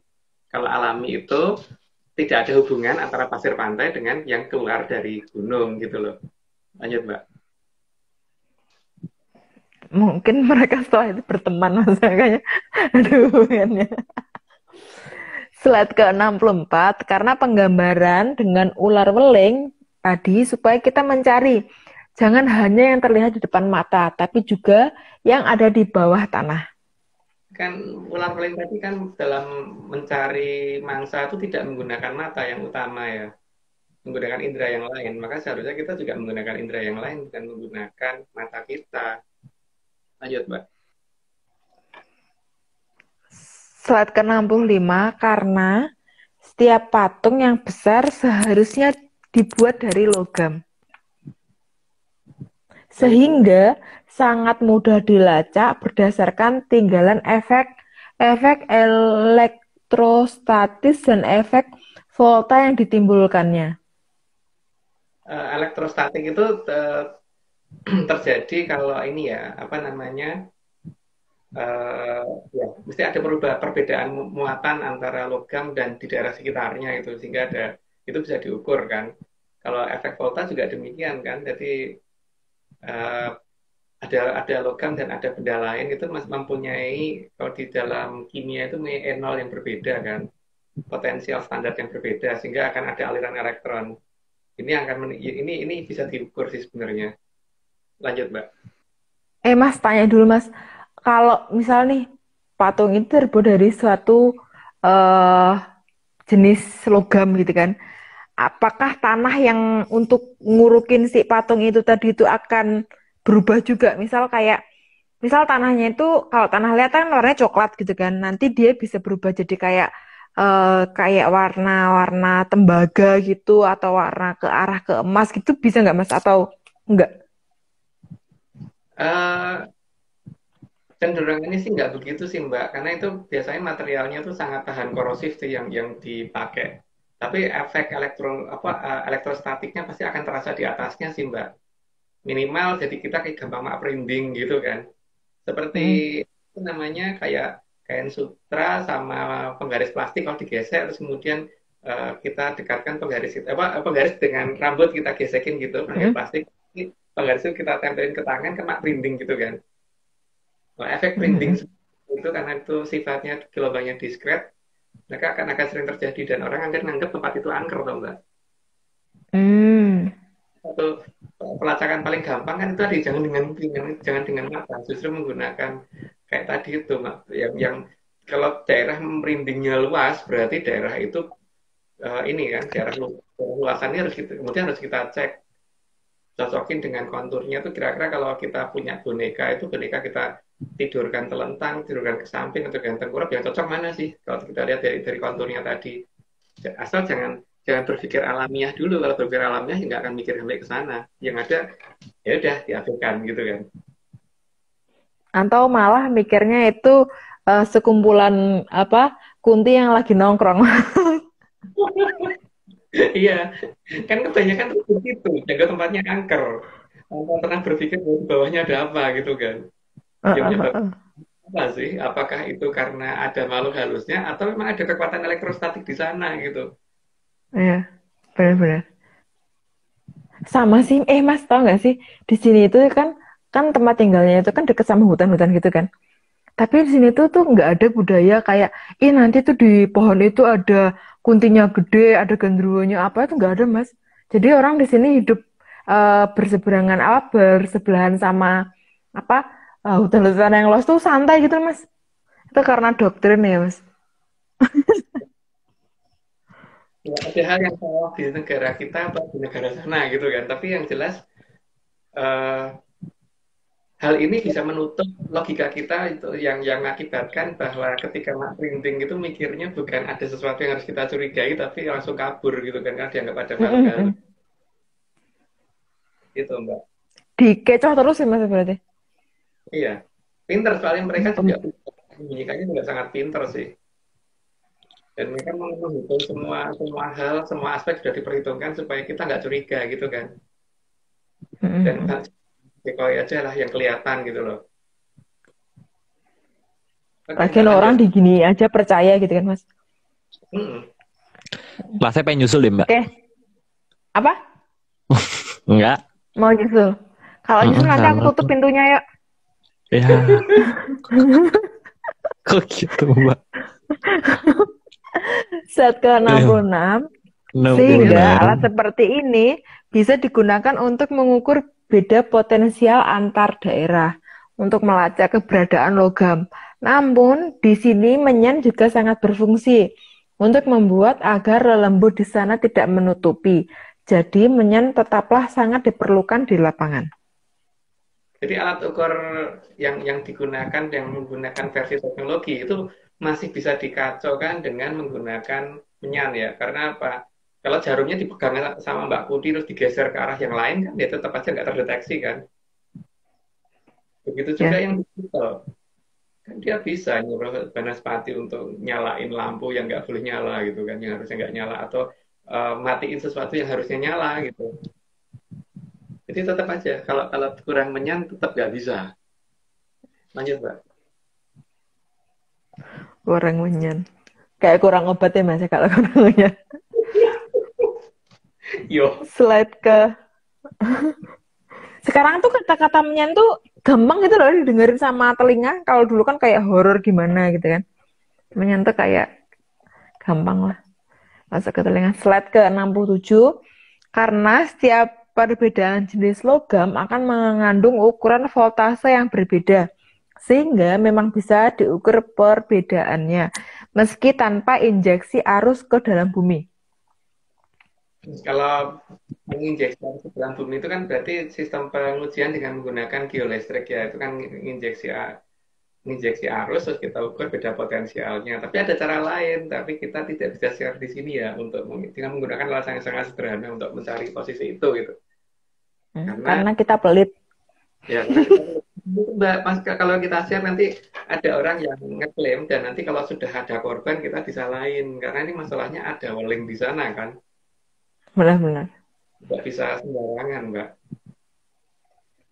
Nah, kan saat ini banyak yang ngaku ngerti menyan ini sebenarnya cuma teori loh, tapi tidak tahu sebenarnya. Ya banyak banget sih Mas kehaluan yang membelenggu itu. Kayak slide ke-68. Jika dibutuhkan kabel yang sangat panjang untuk mengukur perbedaan potensialnya. Ya, tapi tidak bisa kita share di sini caranya bagaimana, tidak seribet geolistrik ya. Lanjut, Mbak. Slide ke-69. Makin bagus kalau kabel yang digunakan bukanlah kabel serabut. Jadi pada dasarnya kita menunjukkan beberapa hal di sini bukan karena kita pengen ngajarin, tapi supaya masyarakat lebih kreatif. Siapa tahu dengan begini malah menemukan alat yang lebih bagus daripada yang kita bikin, toh, Mbak. Iya kan? Benar Mas, benar. Dan dengan begitu kan kita juga menghargai bahwa penemuan orang gitu, dan sehingga kita memang tidak share bagaimana caranya, tapi kita yakin di luar sana banyak teman yang akhirnya akan lebih bisa meneliti dengan caranya sendiri dan akan lebih puas kalau menemukan caranya sendiri gitu daripada kalau kita yang ngajarin kan. Mungkin mereka lebih pintar malah daripada kita. Lanjut, Mbak. Tapi real ya Mas, bukan data halu. Halu. Tidak ada hubungannya sama halu karena kalau halu kita pakai untuk patokan ya nggak bisa, dan ini bukan astral loh. Ini kalau meneliti kayak gini tidak boleh menggunakan patokan astral. Jadi kalau kontak dengan leluhur ya berarti harus bisa bicara dengan bahasa yang ada di zamannya beliaunya itu, bukan pakai bahasanya sekarang, bukan pakai bahasa kekinian. Dan itu bisa dibuktikan dengan ini, seperti ini yang di atas ini, atau Mbak sendiri itu kan bisa nulis pahlawa toh. Nanti ndak iri, udah, yuk. Slide ke-70. Karena semua patung yang besar dibuat mempunyai rongga di dalamnya atau tidak pejal. Maka titik berat patung akan bisa dipindah dengan mengisi air ke dalam patung tersebut agar dapat ditidurkan. Pada dasarnya kan dibikin titik beratnya nggak sama, di mana titik berat terbesar itu harusnya ada di kaki, sehingga patung itu akan stabil berdiri gitu kan. seperti patung Doraemon yang dia untuk tinju-tinjuan itu Mbak kan biasanya kalau ditidur kan bagus gitu kan. Nah, itu patung yang besar itu harusnya seperti itu. Nah, titik beratnya ada di bagian kaki sehingga eh, pada saat ditidurkan akan gampang berdiri. Tapi makanya dibikin berongga. Nah, dibikin berongga itu kan tujuannya ketika ditidurkan kan berarti diisi air dulu, terus kemudian ditarik turun, kemudian diikat kan. Diikat ke tanah. Lanjut Mbak. Slide ke-71, supaya patung tersebut bisa berdiri tegak dan tidak goyah oleh angin, maka berat jenis pada kaki pasti akan lebih besar dibanding berat jenis pada bagian atas. Ini kebablasan ya, tadi ngomong ya. Yang jelas kan, oh ya itu tujuannya diadakan arthropoda itu kan juga untuk menghalangi jamur tipe nanti toh Mbak. Supaya penyebaran jamur tipe ini tidak terlalu cepat menuju ke wilayah yang ini ya. Pokoknya untuk itulah. Cuman Yang itulah guys. Bukan memedi, bukan untuk nakut-nakutin, maka ya moga-moga ini bisa berfungsi nanti semuanya. Lanjut, Mbak. Slide ke-72, penempatan titik berat di bagian bawah patung akan membuat patung dalam kondisi stabil. Maka material pemberat tersebut bisa kita lacak dengan menentukan uji gravitasi. Karena di lokasi tersebut gravitasi pasti akan lebih besar dibandingkan dengan daerah lain. Tapi mereka juga pintar Mbak, di daerah itu pasti mendekati daerah yang jurangnya terjal gitu, jadi agak susah untuk mengadakan uji gravitasi. Tapi gampang sih kalau menggunakan bandul dan sebagainya itu juga bisa diuji dengan itu. Tapi repotnya apa? Di situ biasanya angin dibikin kenceng. Jadi juga akan ribet untuk mengadakan penelitian di situ. Makanya butuh menyan untuk menghentikan anginnya dulu dan Mbak. Lanjut. Benar banget sih Mas. Karena tahu nggak sih di sini tuh kan kayaknya itu tuh banyak yang kayak pegunungan palsu itu. Tapi kan di sini ada apa? Angin siklon apa ya Mas? Yang kayak itulah. Yang anginnya kencang banget atau gimana? Apa? Angin muson atau apa ya? Nggak tahu deh. Tapi yang jelas ada gitu. Tapi itu kan pasti untuk pengecoh kan itu. Untuk ganggu. Daerah yang Mahisa Suro nggak mungkin kena sih. Nggak mungkin kena bencana sama sekali harusnya. Itu jarang-jarang sih Mas. Ini juga hujan aja cuma berapa menit. Itu pun cuma gerimis.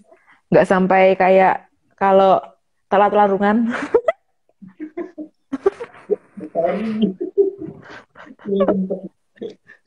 ya gimana? Oke, lanjut aja Mbak. Oke. Slide ke-73.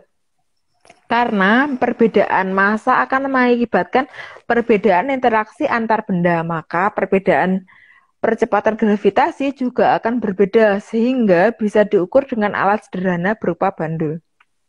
Itu alat yang paling sederhana ya, pakai bandul itu untuk mengukur paling sederhana. Jadi kita ambil rata-rata misalkan gravitasi 9,8, kalau di sana pasti di atas 11, gitu loh.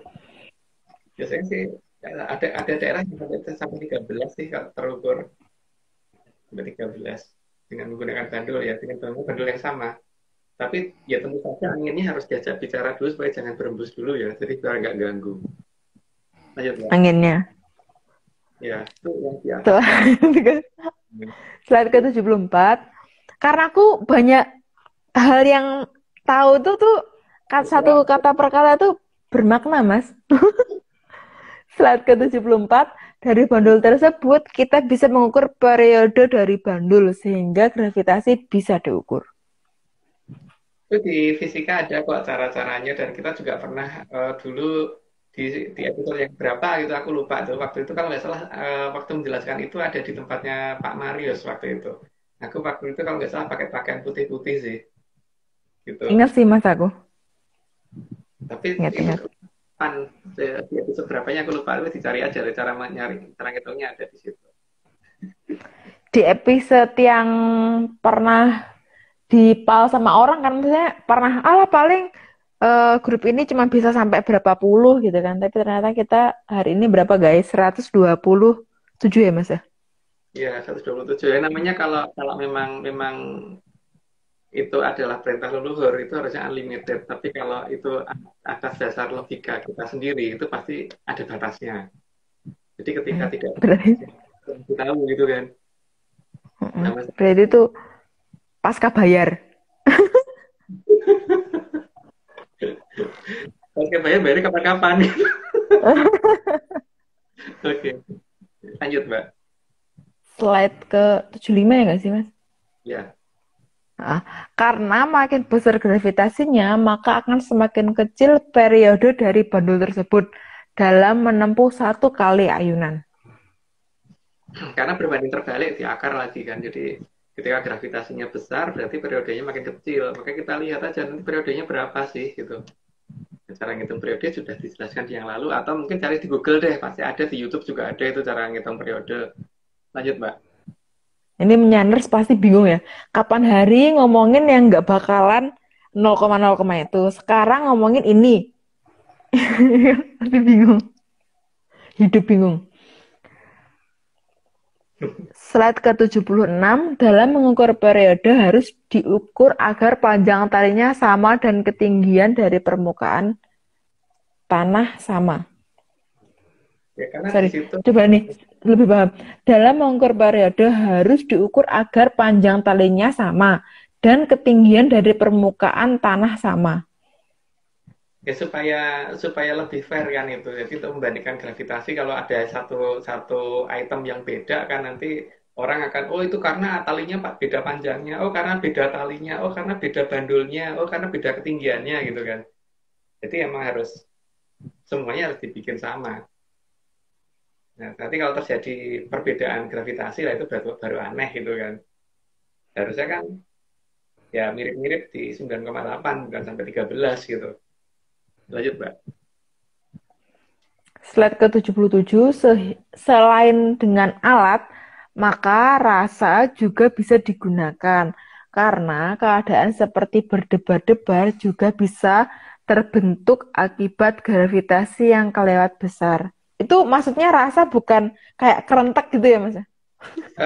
Kayak deg-degan Mbak, kayak gitu loh, kayak ada timbul rasa ketakutan gitu loh. Makanya dikombinasikan dengan mitos hantu di lokasi itu pertama, terus yang kedua karena tempatnya tinggi, untuk mencapai ketinggian kan orang harus naik nanjak itu, jadi orang nggak berpikir kalau ternyata gravitasinya membesar, jadi tambah berat, tapi dia merasanya cuman karena naik gunung gitu kan, jadi bukan karena merasa kalau ada perubahan gravitasi di sana.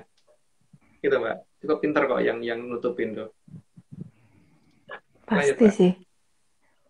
Slide ke-78, selain itu efek gelisah juga akan muncul akibat terlalu besarnya gravitasi di tempat tersebut.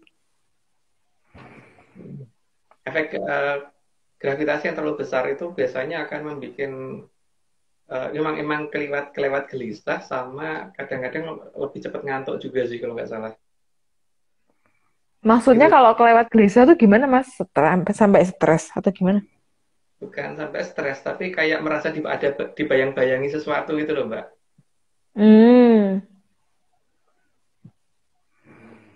Karena ketika bobot kita bertambah, kita kan merasa seperti kita gendong sesuatu gitu kan, padahal nggak ada. Ya, itu karena berat badan. Diri kita ini kayak ada yang bebani gitu kan, kayak ada yang gendong, yang kita gendong sebenarnya nggak ada. Itu yang bikin gelisah tuh gitu.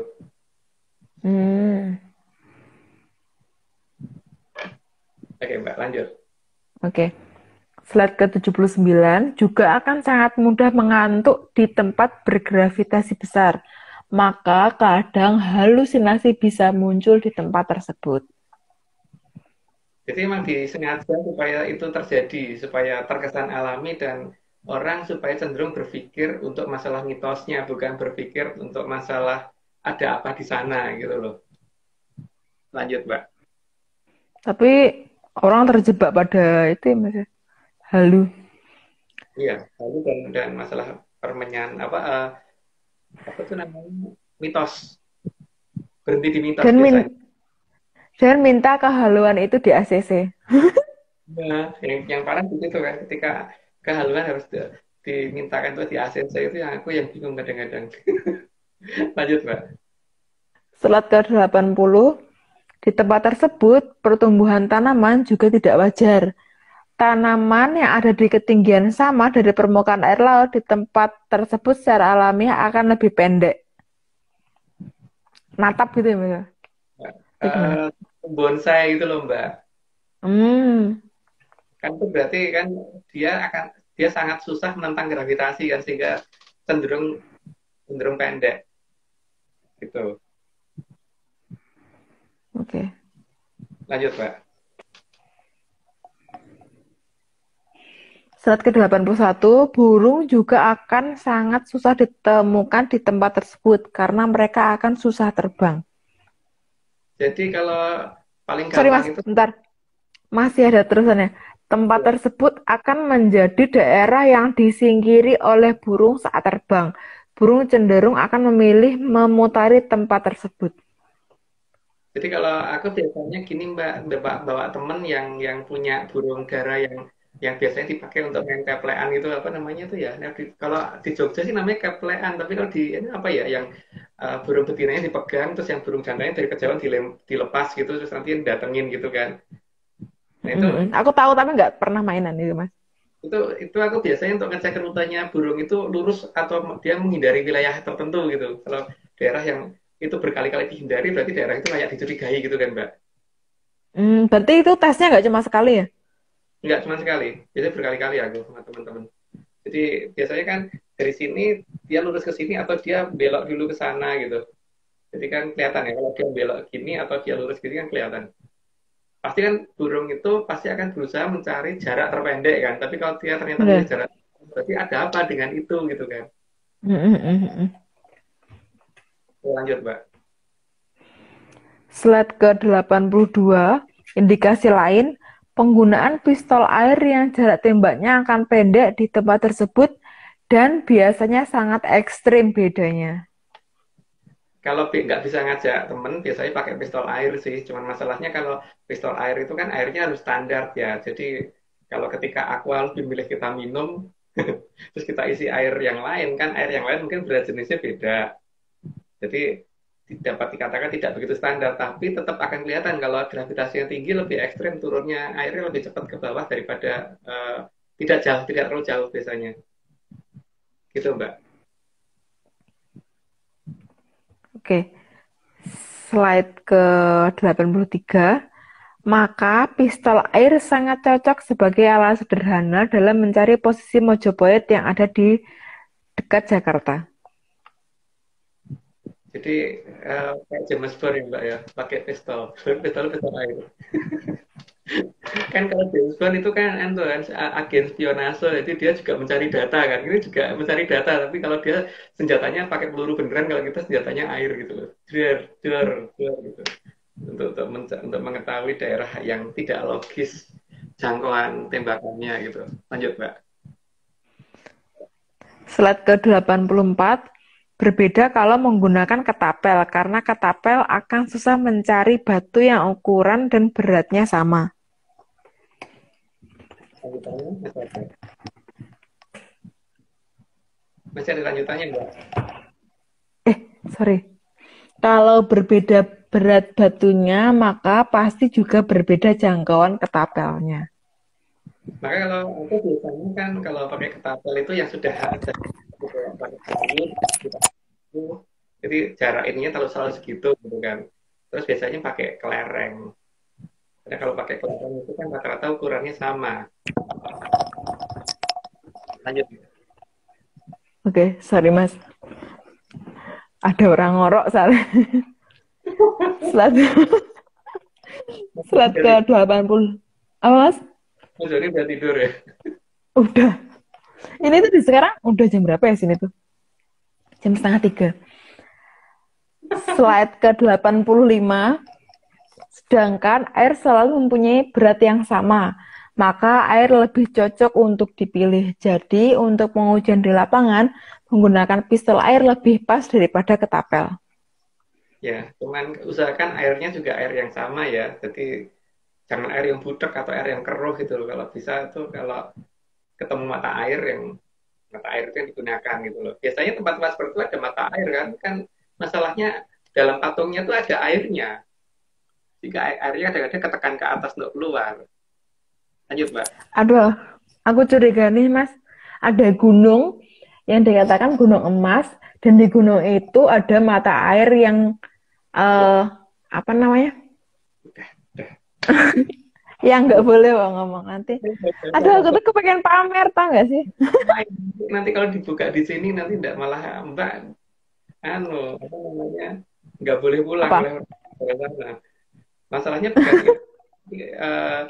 ketika kita membuka di tempat lain dan kemudian di negara kita justru enggak, itu kan malah nanti akan mengakibatkan negara lain yang lebih terkenal daripada negara kita, toh. Nah, benar. Iya, Mbak. Jadi udah cukup. Cinta tanah air. Slide ke-86.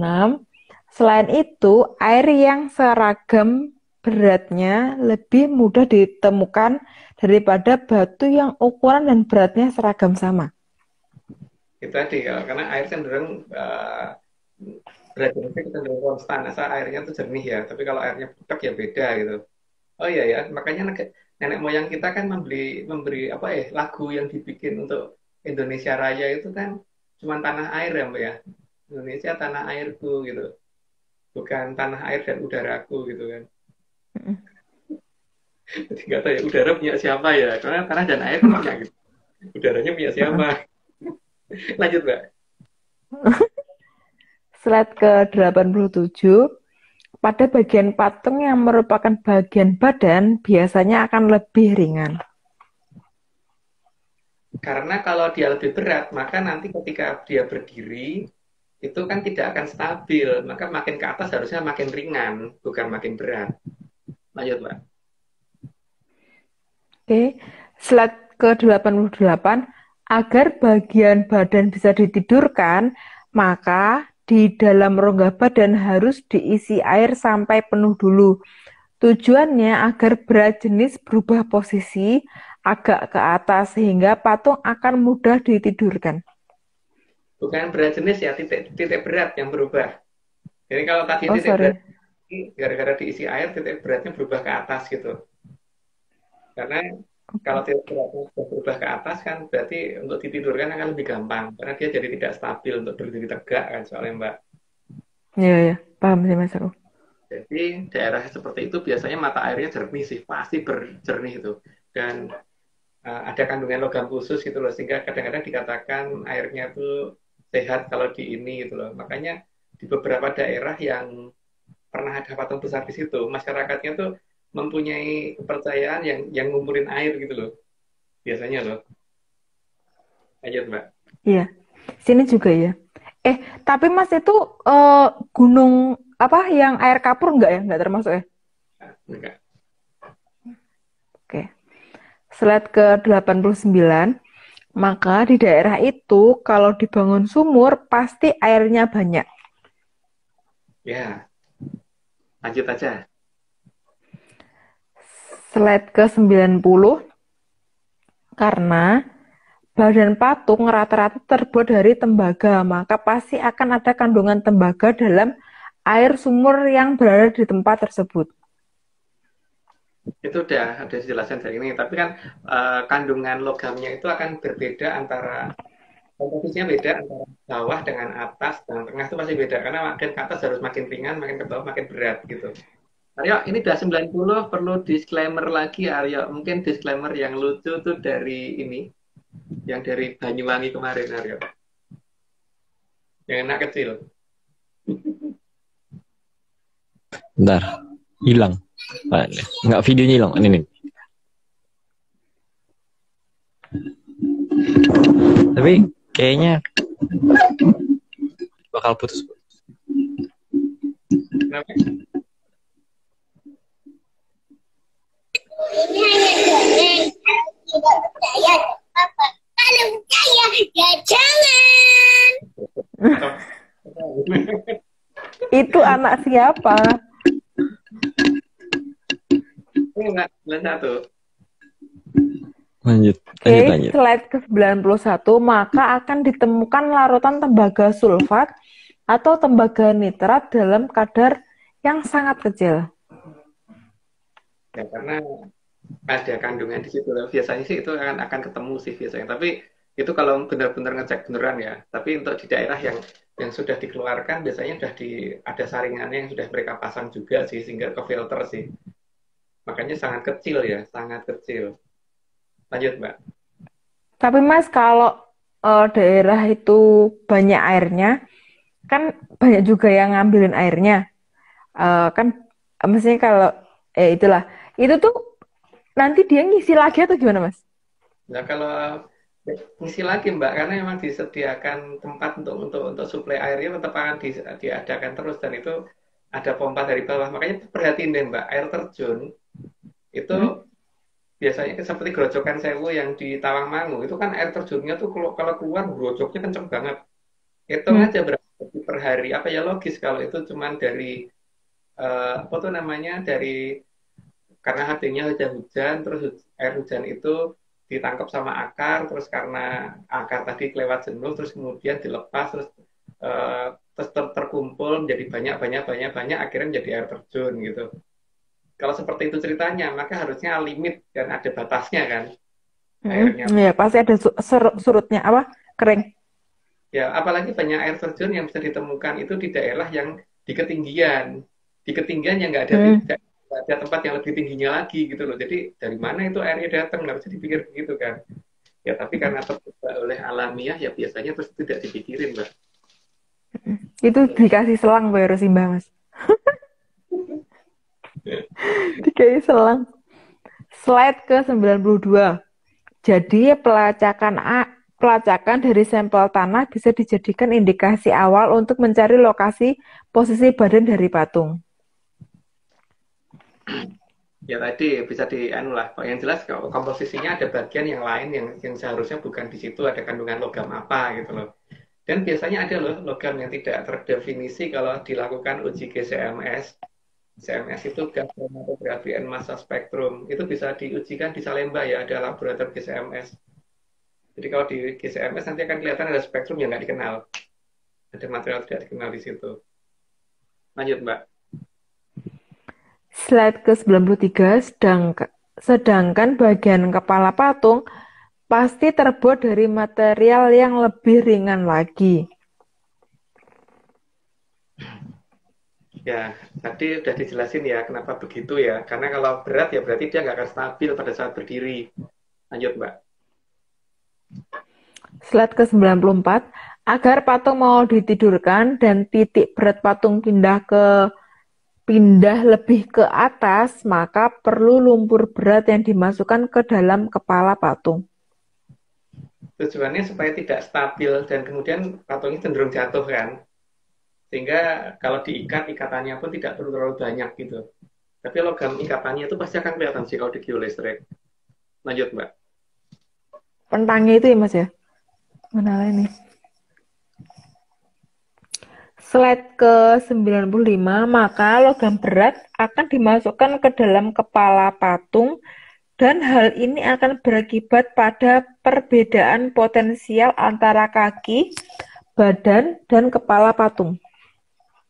Ya tentunya ada efek volta yang akan terbentuk juga akibat itu karena berbeda material antara tiga bagian itu tadi kan. Gitu, maka biasanya daerah itu akan disingkiri burung kalau terbang. Gitu Mbak, lanjut Mbak. Slide ke-96, perbedaan potensial tadi akan mengakibatkan perbedaan embun di ketiga tempat tersebut. Dan embun di lokasi tersebut pasti bermuatan listrik statis. Nah, karena gampang bikin rindang-rinding gitu loh Mbak. Jadi kalau bikin rindang-rinding kan berarti tercover dengan cerita mitos di situ banyak hantunya. Lanjut Mbak. Slide ke-97, maka elektroskop bisa digunakan untuk melacak keberadaan listrik statis tersebut. Elektroskop itu seperti apa bisa dilihat di YouTube ya. Jadi itu kan nanti mungkin bisa digunakan kalau misalkan pas jalan-jalan naik gunung gitu. Lanjut Mbak. Slide ke-98, kalau tidak ada alat bisa menggunakan anggota badan yang lain untuk mengukur keberadaan elektrostatik pada embun di situ. Gampang bikin merinding gitu loh. Jadi merindingnya itu kalau kalau ada makhluk halus itu biasanya kan karena makhluk halus itu adalah benda ya apa makhluk yang hidup sehingga dia tidak akan statis di situ. Kadang-kadang pindah ke sana, pindah ke sini gitu. Jadi merindingnya paling temporary gitu kan. Tapi kalau di Ya, situ merindingnya tuh nggak temporary. Artinya kalau ke situ pasti merinding terus ya berarti ada sesuatu yang lain kan di situ. Pasti ada yang namanya keberadaan getaran elektrostatik di sana gitu kan. Lanjut Mbak. oke. Slide ke-99, maka banyak orang menganggap tempat tersebut angker. Ya karena bikin printing-printing tadi toh Mbak. Lanjut. Slide 100, namun leluhur sudah menunjukkan cara lain yang lebih sederhana dan lebih akurat, tapi justru hal itu sering tidak digunakan. Ya, tapi yang ini kita nggak bisa cerita, cuman ada loh cara lain gitu yang lebih mudah. Lanjut Mbak. Slide ke-101, karena kita punya mulut dan kita juga bisa berbicara, maka bertanya kepada leluhur merupakan cara paling mudah. Cara yang paling mudah itu tanya, berarti bukan dengan alat. Kalau alat kan kita masih mereka-reka ya. Tapi kalau tanya itu kan berarti langsung lock on coordinate, langsung diberi gitu kan. Cuma cara tanyanya gimana itu mungkin Arya yang tahu nih. Gimana?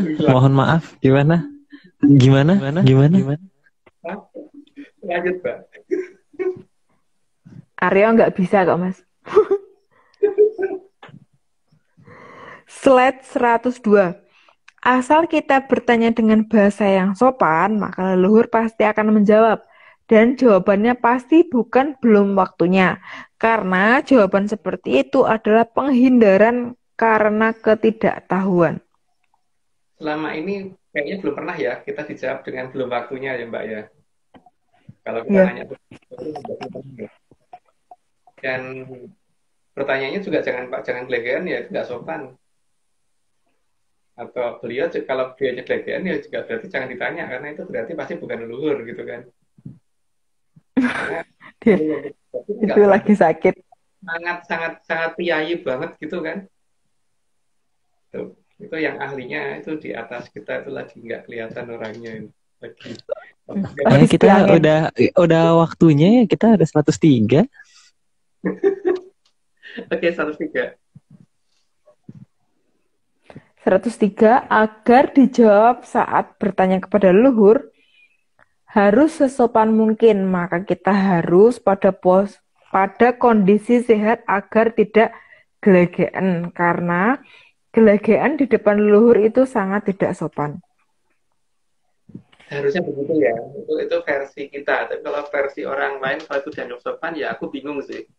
Karena kalau kita aja bicara dengan orang tiba-tiba orang itu gelegean kan ngapain sih gitu kan.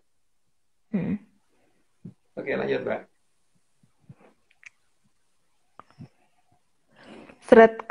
Slide ke 104, kalau leluhur yang datang gelegean maka sebaiknya disingkiri karena tidak ada sang hyang yang gelegean atau sang hyang gelegek ya. Sang hyang gelegek.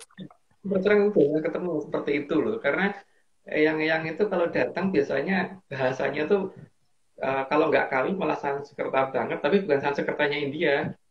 Halus banget bicaranya dan ini gitu loh, tata cara gerak-gerik dan tindakan dan pakaian dan sebagainya tuh semuanya tuh kelihatan kalau itu leluhur gitu loh. Aku belum pernah. Berarti nggak awal datangnya itu nggak salam gelegek gitu ya Mas? Nggak salam grege. Gimana tuh Mbak? Nah udah Slide lanjut terakhir. lagi. Sampun celak wungunipun sang Gilang Kencana Jati amertandani wangsulipun kamulyan mring kerta jayaning Tribuna. Jadi patung itu juga nanti akan berdiri pada saat datangnya Jamurdipa ya. Jadi itu juga untuk melindungi tanah Jawa. Dan semoga di pulau yang lain ada gitu. Tapi aku nggak yakin dengan satu pulau yang yang nantinya untuk booster supaya kita bergerak ke selatan gitu loh Mbak. Jadi nggak ngerti itu pulau apa, aku nggak tahu ya. Tapi yang jelas semua urutan tentang apa yang akan terjadi tentang masa jamur tiba itu sudah kita urut dan bagaimana supaya kita bisa ini ya. Tapi salahnya kan ini tidak harus dipercaya gitu kan. Jadi tidak. Iya, ini cuma dongeng ya Om ya. Jadi ya Aryo, jadi ini apa disclaimer apa mobilisasi parsial dulu terus disclaimer total Aryo. Disclaimer Pak. Udah lama gak buka, lupa yang mana. Oh ini dia. Yang Ini semua cuma dongeng. Kalau tidak percaya. Maaf, ke play duluan. Oke.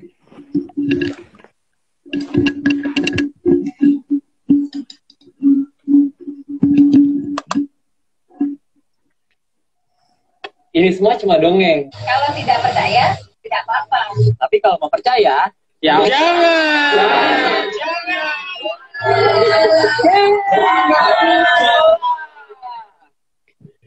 Ini bukan gertakan.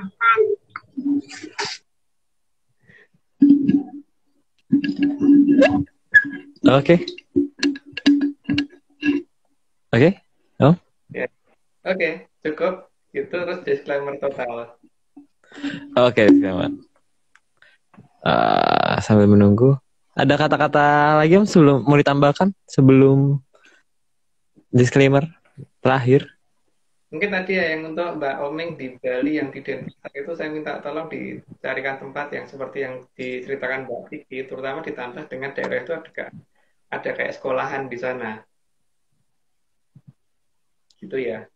Cuma nanti detail seperti apanya mungkin aja nanti dikirim oleh Mbak Vicky.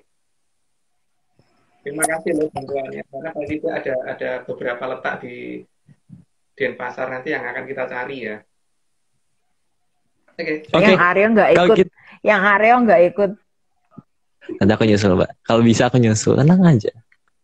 Tenang saja. Oke, disclaimer total. Disclaimer penutup. Oke, tim Atlantis Center tidak pernah menjual jasa untuk berkomunikasi ataupun bertemu dengan para leluhur dalam bentuk ritual apapun. Waspada terhadap oknum yang mengatasnamakan tim ARC. Ritual resmi hanya dilakukan oleh Mas Agung Bimo, Mbak Vicky Ananda, dan saya sendiri.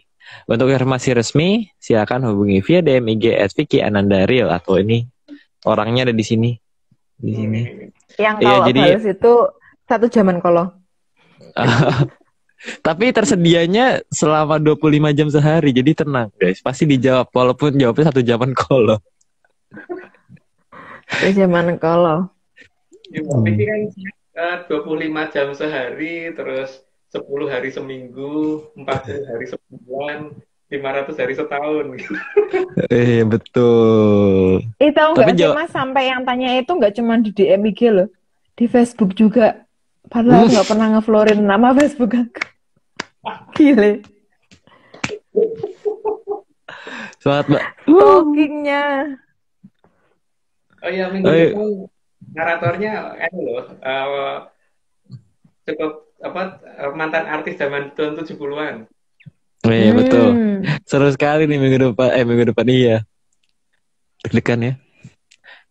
Ini ditanya Haskell nggak pernah kelihatan. Haskell ada jadi moderator tiap malam. Beberapa malam ini jadi moderator dia. Ada nggak manusianya? Gitu. Itu ditanya. Oke, kalau gitu ada lagi. Ada lagi Mbak? Mbak nggak mau bercerita lagi Mbak? Udah sih, pansosnya udah. Oh, pansos dia. Oh enggak. Oke kalau gitu. Iya benar. Kita juga jawabannya bukan perguruan, benar. Kita bukan perguruan. Oke, kalau gitu Parda terima kasih ya Om ya. Ya. Oke, terima kasih. Oke, kalau gitu terima kasih sebesar-besarnya tentunya kepada Kitunggu Jatijaya Morogo yang sudah mau menyediakan data dan juga pamong bagi kita semua. Kemudian juga terima kasih Bapak Agung, Mas Agung yang sudah menjadi narasumber dan juga sudah membuatkan slide. Kemudian juga Mbak Vicky, makasih Mbak sudah menyumbangkan suaranya jam 2:30 pagi. Atau 2:30, 2:30 ya Pak? 2:30? Jam 3 kurang 16. Ya jam 3 kurang di sana. Terus kemudian juga terima kasih Mas Nogo yang sudah mau merapikan slide. Bang John, terima kasih atas gambarnya. Ular Dan gulingnya keren. kengoroannya malam ini. Enggak kedengeran, Mbak. Enggak kedengeran, Mbak. Oh, Aman. enggak kedengeran. Aman. Oke, terus kemudian juga terima kasih Haskell udah jadi moderator, dan tentunya Om Iwan, Mbak Ade, dan juga segelintir tim ARC lainnya. Terima kasih. Dan tentunya terakhir Chief Eksekutif ARC, Bos Besar Pak Marius Gumono, terima kasih yang sudah memprakarsai Atlantis Center hingga hari ini. Gitu. Oh ya, dan juga terima kasih juga Menyaners yang udah mau menyubmit videonya ke saya, ke Instagram aku. Jadi bisa ditampilkan malam ini. Jadi Menyaners yang lain kalau misalnya mau bikin video disclaimer, langsung aja di DM ke aku atau DM ke Haskell atau DM aku atau Haskell aja lah. Gitu. Ini apa namanya udah diupload di YouTube belum? Yang iya dari... belum. Malam ini. Oke, sip langsung. Tuh. Teman sama itu yang dari Banyuwangi. Kan ada tambahan sama Banyuwangi. Ya. Nanti aku samain itu ya.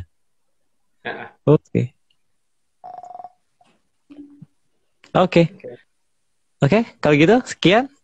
Terima kasih Menyaners, dari kita udah mengakhiri sekian episode 127. Sampai jumpa di pertemuan berikutnya di minggu depan, ada tamu spesial. Jadi jangan lupa nonton dan kita sampai jumpa di malam berikutnya. Salam sehat tentunya, salam menyan semua. Salam menyan.